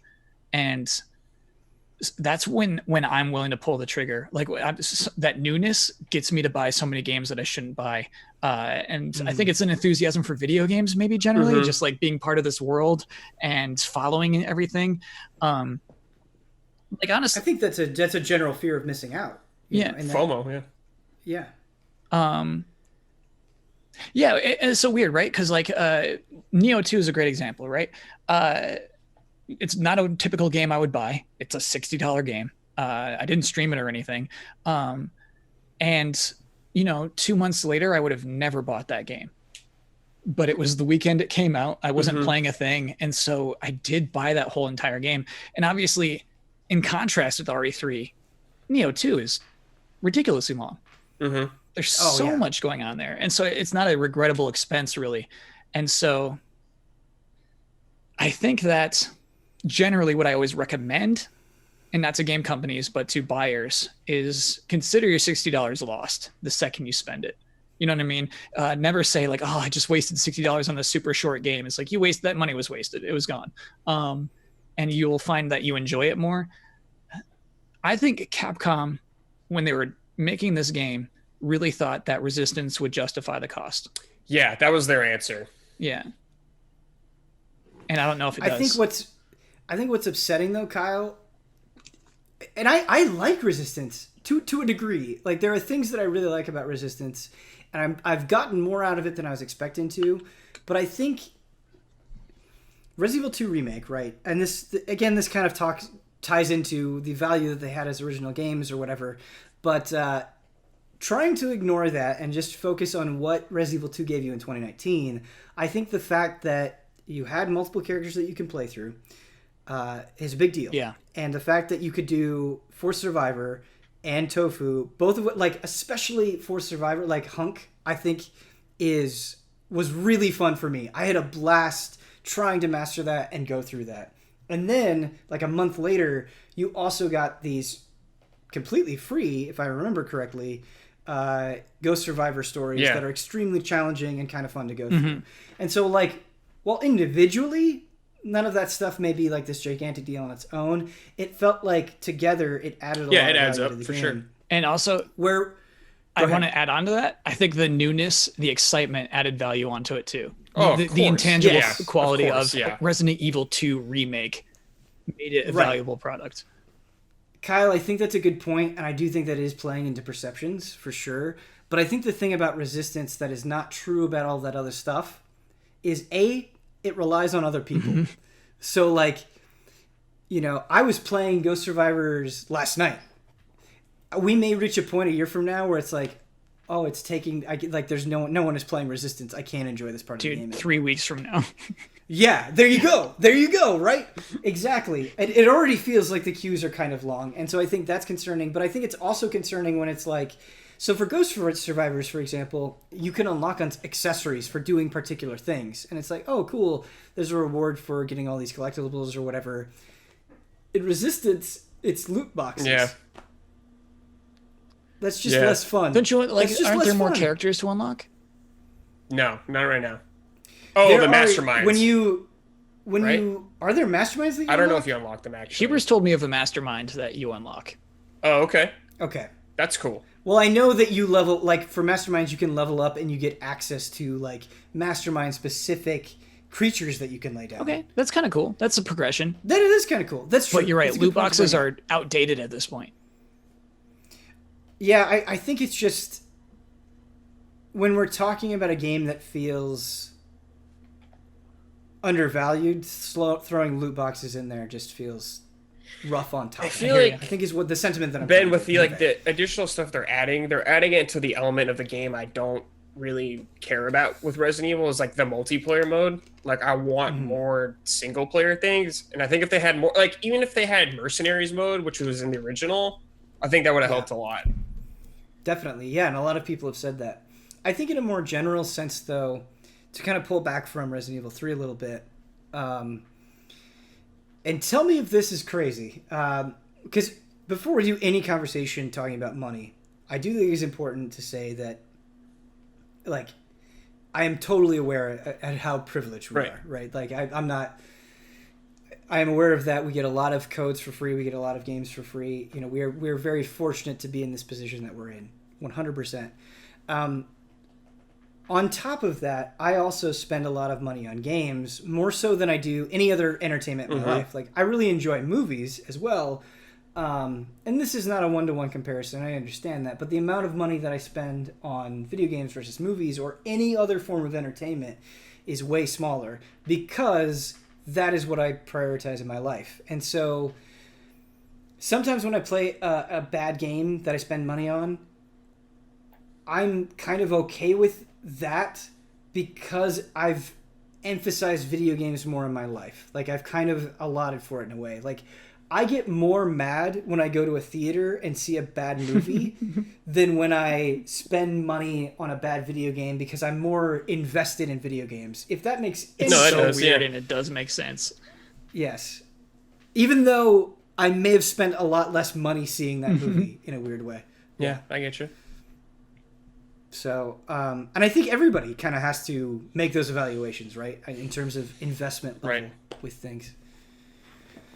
But that being said, I don't know. I feel like with games, especially back in the day, if you didn't like a game, there was a way to kind of recuperate your costs, and I feel like your chances for recuperating your costs are less and less. Yeah. Like, a lot of games, you not only pay an upfront cost, but you might spend a lot of money on microtransactions or just like online services or whatever. And so, I don't know. I see why people will feel burdened. Yeah, man. Especially, as digital increases, trade-ins are going to decrease. But yeah, it's harder to rent a game. I mean, GameFly still exists, which is surprising. I mean, like, that's still a service you can do. But it's not as easy to rent a game as it was even 10 years ago. So, yeah, Ben, I see that. The opportunities for recouping your costs is an interesting phrase, and it is absolutely true. Do you think time and place has a lot to do with it? So let's say, and this is just a hypothetical question, I'm not trying to justify it. Let's say Resident Evil 2 Remake didn't happen, and Resident Evil Remake 3 did in exactly the way that it did. Do you think this conversation would be happening in the same way? No, because RE3 Remake would be exciting. It'd be, look how good this game looks. Look how good Raccoon City looks. I can't believe RE Engine is capable of these faces. Without Mr. X to compare Nemesis to, it'd be like, man, Nemesis is so scary, so intimidating. I think it would be much better received. I think it'd be better received. I think one of the biggest criticisms I ever see of games always is its length and if it's worth the money. And I think people would still be throwing that out there if it released the way it is. Sure. So people are like, wow, I'm going to pay $60 for like a 7-hour game or something. It's like, no. Especially nowadays when people can just watch it all on Twitch. What's funny is, there aren't a lot of wwws that we utilize anymore. Howlongtobeat.com is such a nice resource. And it's funny, Brad, because it goes both ways. It goes is this game going to have enough money or hours to be worth my money? But it also has, is this game too long? Yeah, it's like, do I want to spend this much time with this game? For sure. It's an incredible resource. I love that website. Yeah, and it is just such a particular to video games. It would only exist inside of this medium.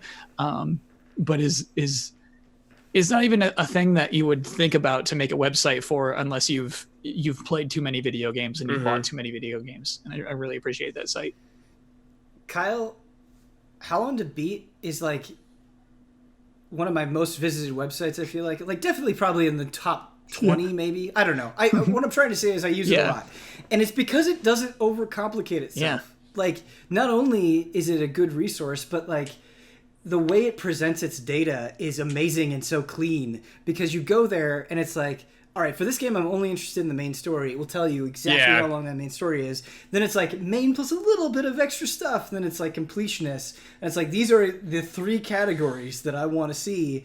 And you could see how many people have submitted data to it, which is also very useful, and how they played through the game. Yeah, it's awesome. I wish we could get sponsored by How Long to Beat. We should sponsor them. We should sponsor them. You know what? Hey, free shout out. Do you think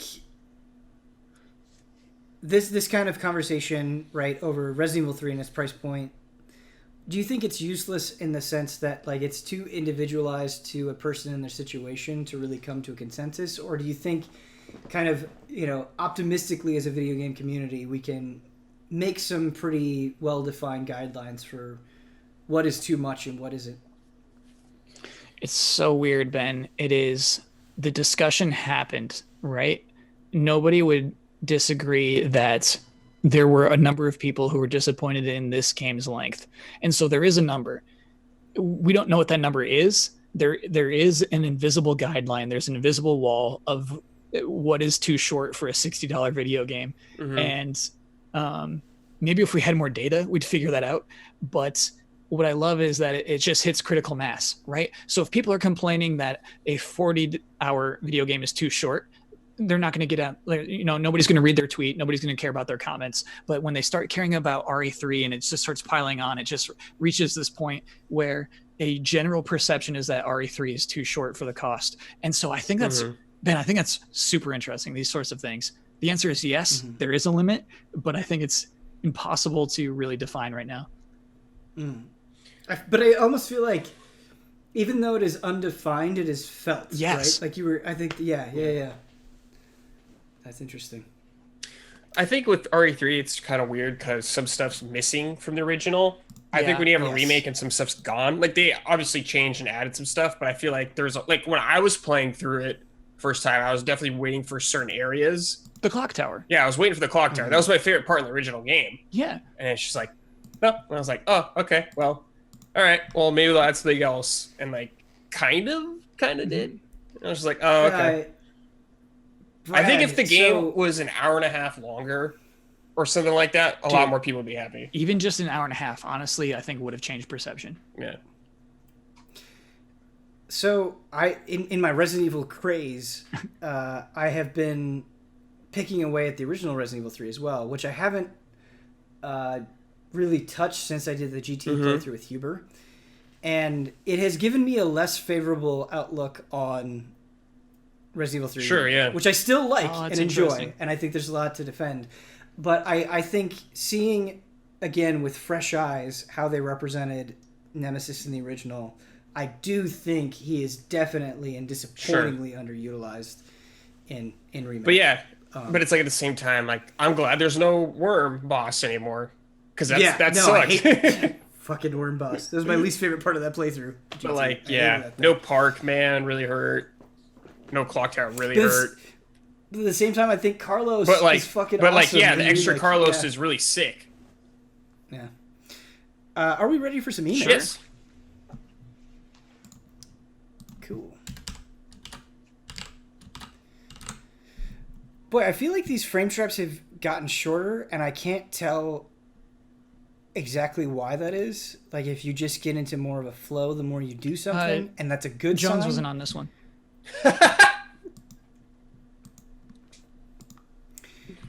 Our first email comes in from Mirko.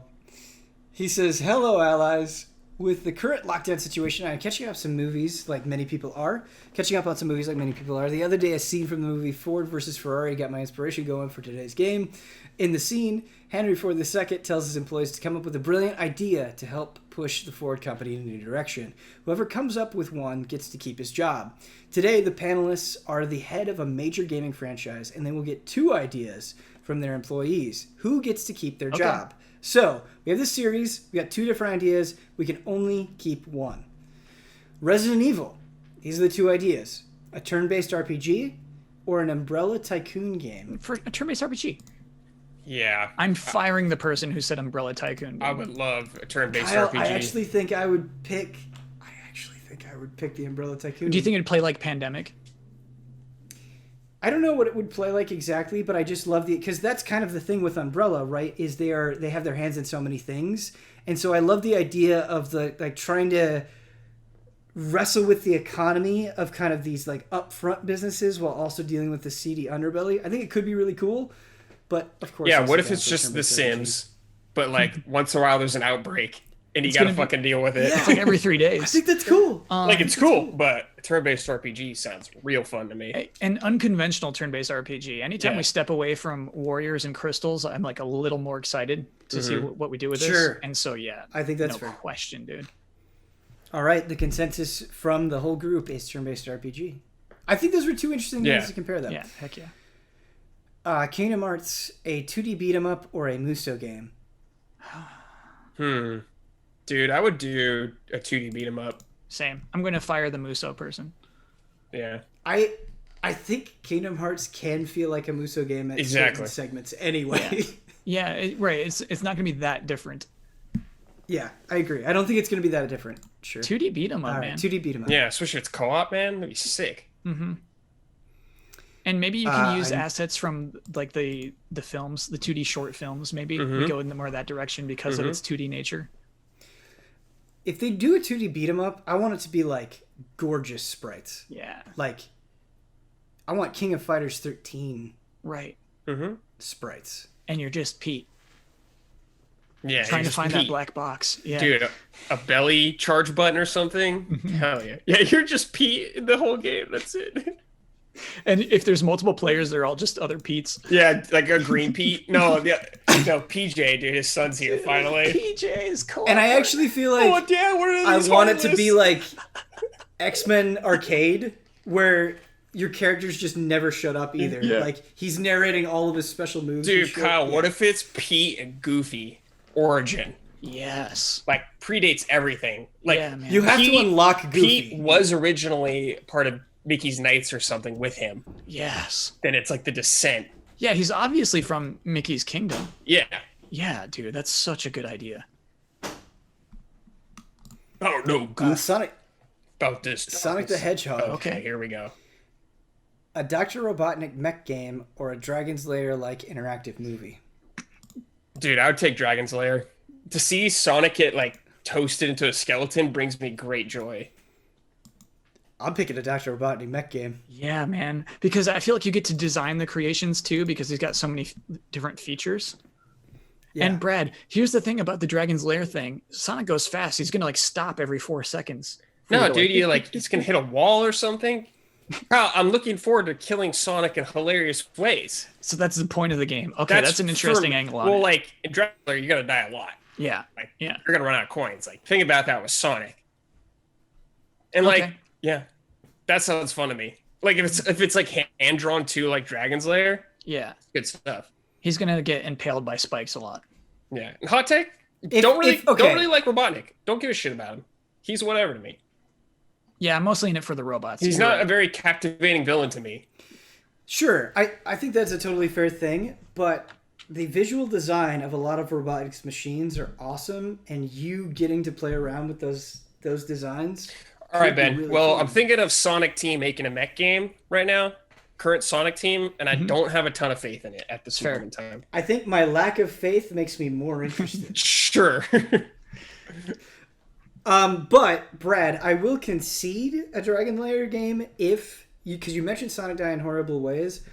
I want this game to be like way too graphic. Oh. Like way more graphic than Oh it my needs god. to be or should I was thinking be. of Dragon's Lair tone.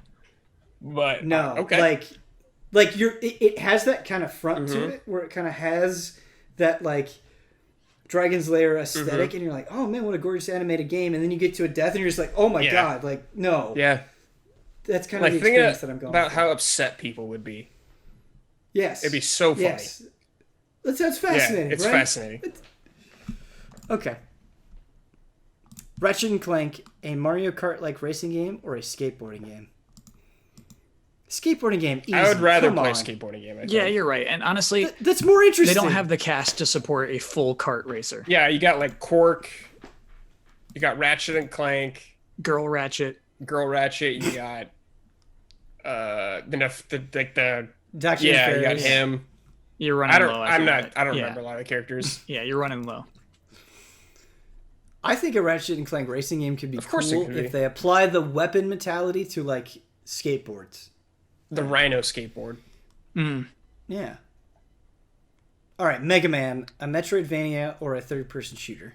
Oh, Metroidvania damn. for I want me. both of these. This is the first time I want both. I have to fire one know person. that I I have to wanna- fire one of them today, huh? Just lower their salary. I don't know that I want a Mega Man third-person shooter. I don't know that I want that. Like taking cover, dude. But Ben, it's still squat Mega Man, like original model Mega Man. Like taking cover with a wall right here is just such a sick idea, you know? If it's kind of like Mega Man powered up mixed with Gears of War, okay, sure. In fact, I'd be curious. I think I do want that more than the Metroidvania. Dude, Metroidvania is just Wily's castle, man. And you're going through different sections of his castle with the different robot masters, getting the armor upgrades. Right. And so like having the leaf power would allow you to go to new areas and things like that. Yeah. Yeah, because they already... Isn't ZX already kind of Metroidvania? It is. I don't know. Yeah. In fact, yes. It Make does, it even it does have a more. lot of those aspects. But we're talking Mega Man, the little boy. Yeah, little blue boy. Yep. I want Mega Man the little boy to fight the Locust specifically. Rumax. Help us, Mega Man.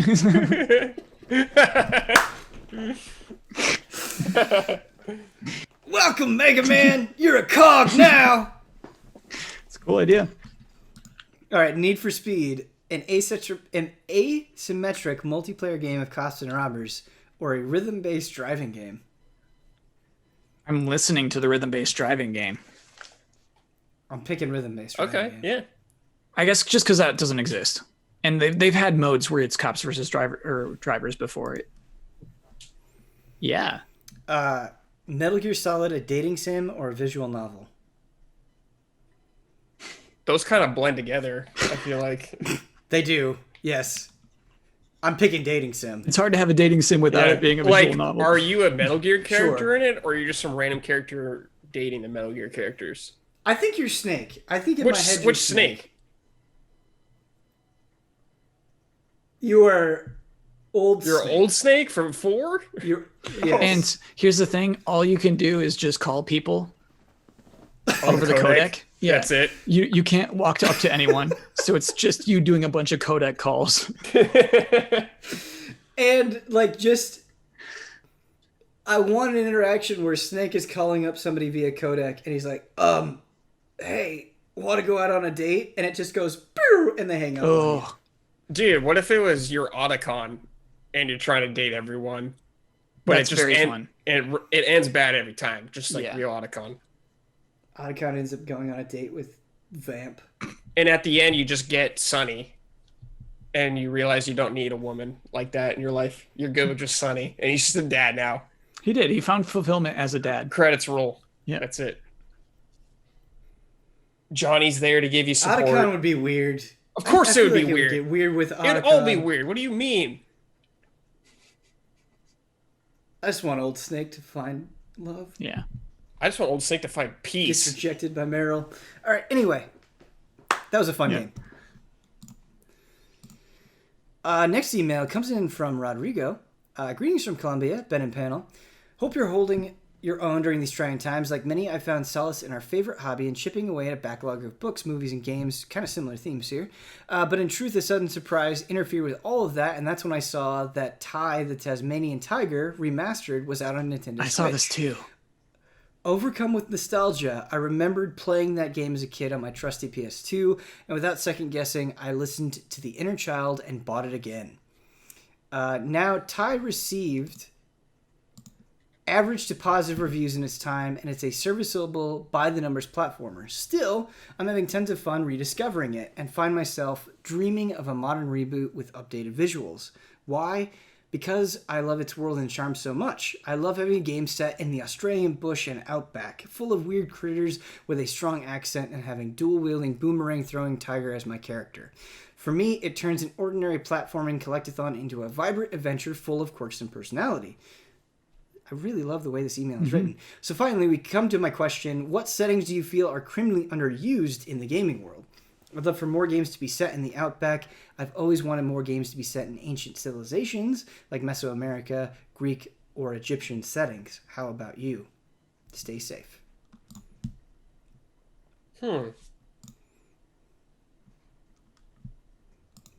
Great question.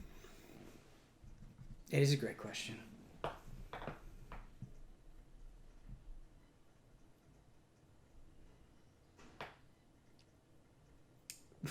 So great that we're struggling to come up with any sort of answer at all. More games. I don't know, like Norway or something. Or Iceland. Greenland. Mm-hmm. I can't think of a game taking place in there off the top of my head. Unless they're Viking games. Yeah. There hasn't been that many yet. Yeah. I don't think that, I don't Assassin's think there are enough Viking Creed games. coming knocking, though.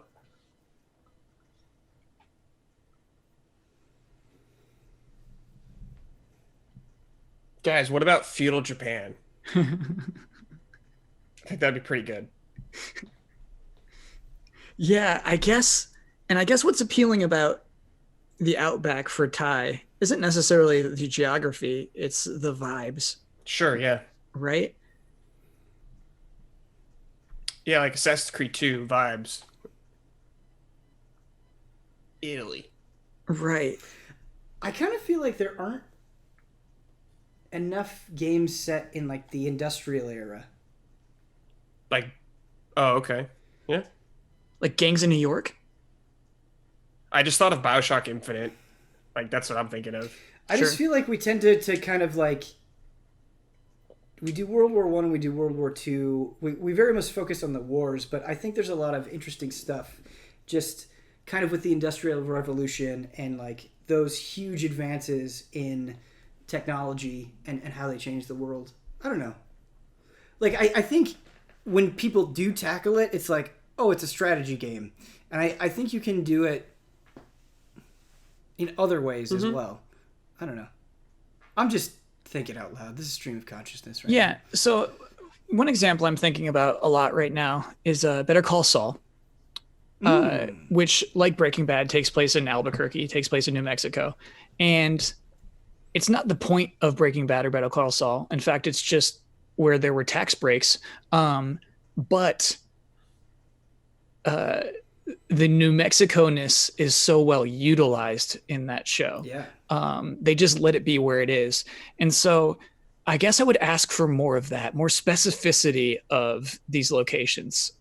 What is truly unique to these cities? What is truly unique to this country? But yeah, this community as well. What people talk like there, what people wear in these places. The more specific you get, the more truthful your environments seem. Kyle, that is so brilliant, and I think you're so right. And it makes me think of how much better TV and film is at utilizing that. Like, I think of Fargo, for instance. That's a good one. And how that feels very particularly Midwestern. Whereas I feel like games, it's like, this is set in America, like nondescript big city America or whatever. And I think you could be a lot more regional. Yeah, that's a very good point.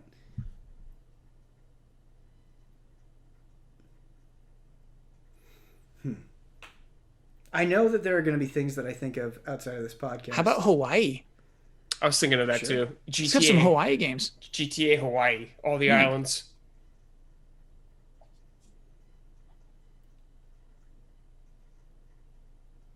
Okay. Hawaii's good. I like it. Our last email comes in from Brandon.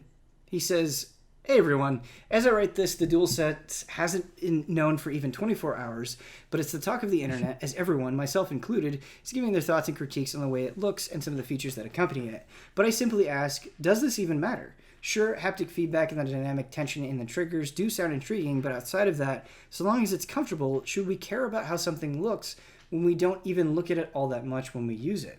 What are your impressions, both in terms of feature and design? To go against the very heart of this email, I'm personally indifferent on the design, though if the face buttons had their multicolor look, I would be much higher on it. Thank you for taking my email. If you do, and as always, stay easy, fellow allies." Does it matter? Does the way it look matter? To an extent, I think. Like, you're gonna be I actually look at my controllers quite a bit, but it's definitely not the most important thing. Obviously, it's how it feels, and to me at least, and how it functions. But in terms of the controller itself, I'm okay with it. I think it's okay. I do like that it's very different because the DualShocks have kind of looked very similar throughout. They made small changes, but I think the 2-color scheme is interesting. I think we will get a solid one though, but I think it's okay. I mean, what's it becomes an accessory to your living room. It sits there, yeah. You see it. It is absolutely. I think the visual design absolutely matters. Like it shouldn't. It won't to us. We're obviously, if it was, if it looked disgusting, we would still buy it. But so I get that point. But no, I think they spend a lot of time on visual design, and I absolutely think it matters. I think that controllers can look cumbersome and intimidating to people not into video games. Right. I think it absolutely matters. Think about how these things are marketed. Like, whenever you see a promotional thing for a console, the controller's right there with you. Like, it kind of, I think it plays into the perception of how people think about these consoles. And I think, like, the original Xbox is a good example, right? Like, I think the Duke and the bulkiness of that definitely played into the perception of that console. And, you know, to the point where they had the Xbox controller S, right? That was less bulky. Right. And so I do think I think it just, how we think about these things, like, I think aesthetics play into it a lot. Yeah. For sure. I mean, that's why they sell different colors of stuff, because people really like them. I want to show my favorite PS4 controller, which I only bring out for the big games, using this for Final Fantasy VII right now. The buttons are not multicolored, and I kind of love them for that. Yeah, mine I use right now is not multicolored. Yeah. It kind of reminds... Kyle, that is a Final Fantasy VII Remake controller. Yeah, dude. The non-multicolor kind of reminds me of, like, Vita. Like, the Vita didn't have, like, the colors. I'm personally okay without the colors, but I understand why people like them. And the buttons actually seem like see-through plastic, too. Yeah, like the Vita. Yeah. The Vita was like that. They look, I'm ready to press those buttons. Yeah. Ready to feel those triggers. I realize that this is just nostalgia, and I feel like I've said this before, but in the 90s, when it was like, you can see inside the guts of this thing, isn't that cool? Mm-hmm. That is cool, and I always want that to be an option. Still cool. Yeah, still cool. Yeah. But yes, I do think the design of the controller matters, and it seems like you guys agree. Yeah. It's unfortunate, but it does. It totally matters. Yeah. It shouldn't, but it completely does. Aesthetics matter. Yeah. Right. And that's true of life, right? Mm-hmm. Like, how things look shouldn't play into perception, but they absolutely do. Yeah. The way of the world. If you would like to send in an email, the email address is askeasyallies@gmail.com. Big thank you to my panelists, Bradley Ellis and Kyle Bossman. Kyle, I think this is going to be your last frame trap. This is my last one. I'm glad it was a Final Fantasy VII one. Yeah, baby. Yeah, me too. I'm very excited about that. I know we didn't, like, really focus on you at all, but I liked that you were here to talk about Final Fantasy VII, as you said. It felt right, for sure. But yeah, huge thank you to you, Kyle, not only for being on this episode, but for all the times that you've been on. I think you, of course, bring a lot to Frame Trap and everything else. Frame Trap's a fun podcast to be on. Yeah. I'm glad because when you talk to a friend about a video game, you get 2 minutes and then they're done listening to you, you know? And so it's like on Frame Trap, you can really dig into things and really discover new things you weren't even thinking about video games. So it's pretty nice. Cool.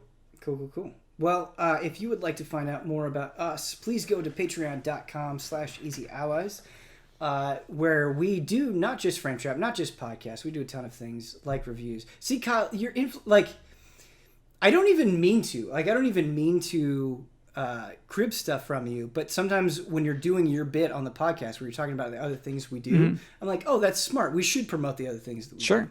And so, yeah, I think that's just good practice. But that is definitely something that you started. But yeah, go to patreon.com/easyallies. You will find out more about us there. One more time, the email address is askeasyallies@gmail.com. Until next time.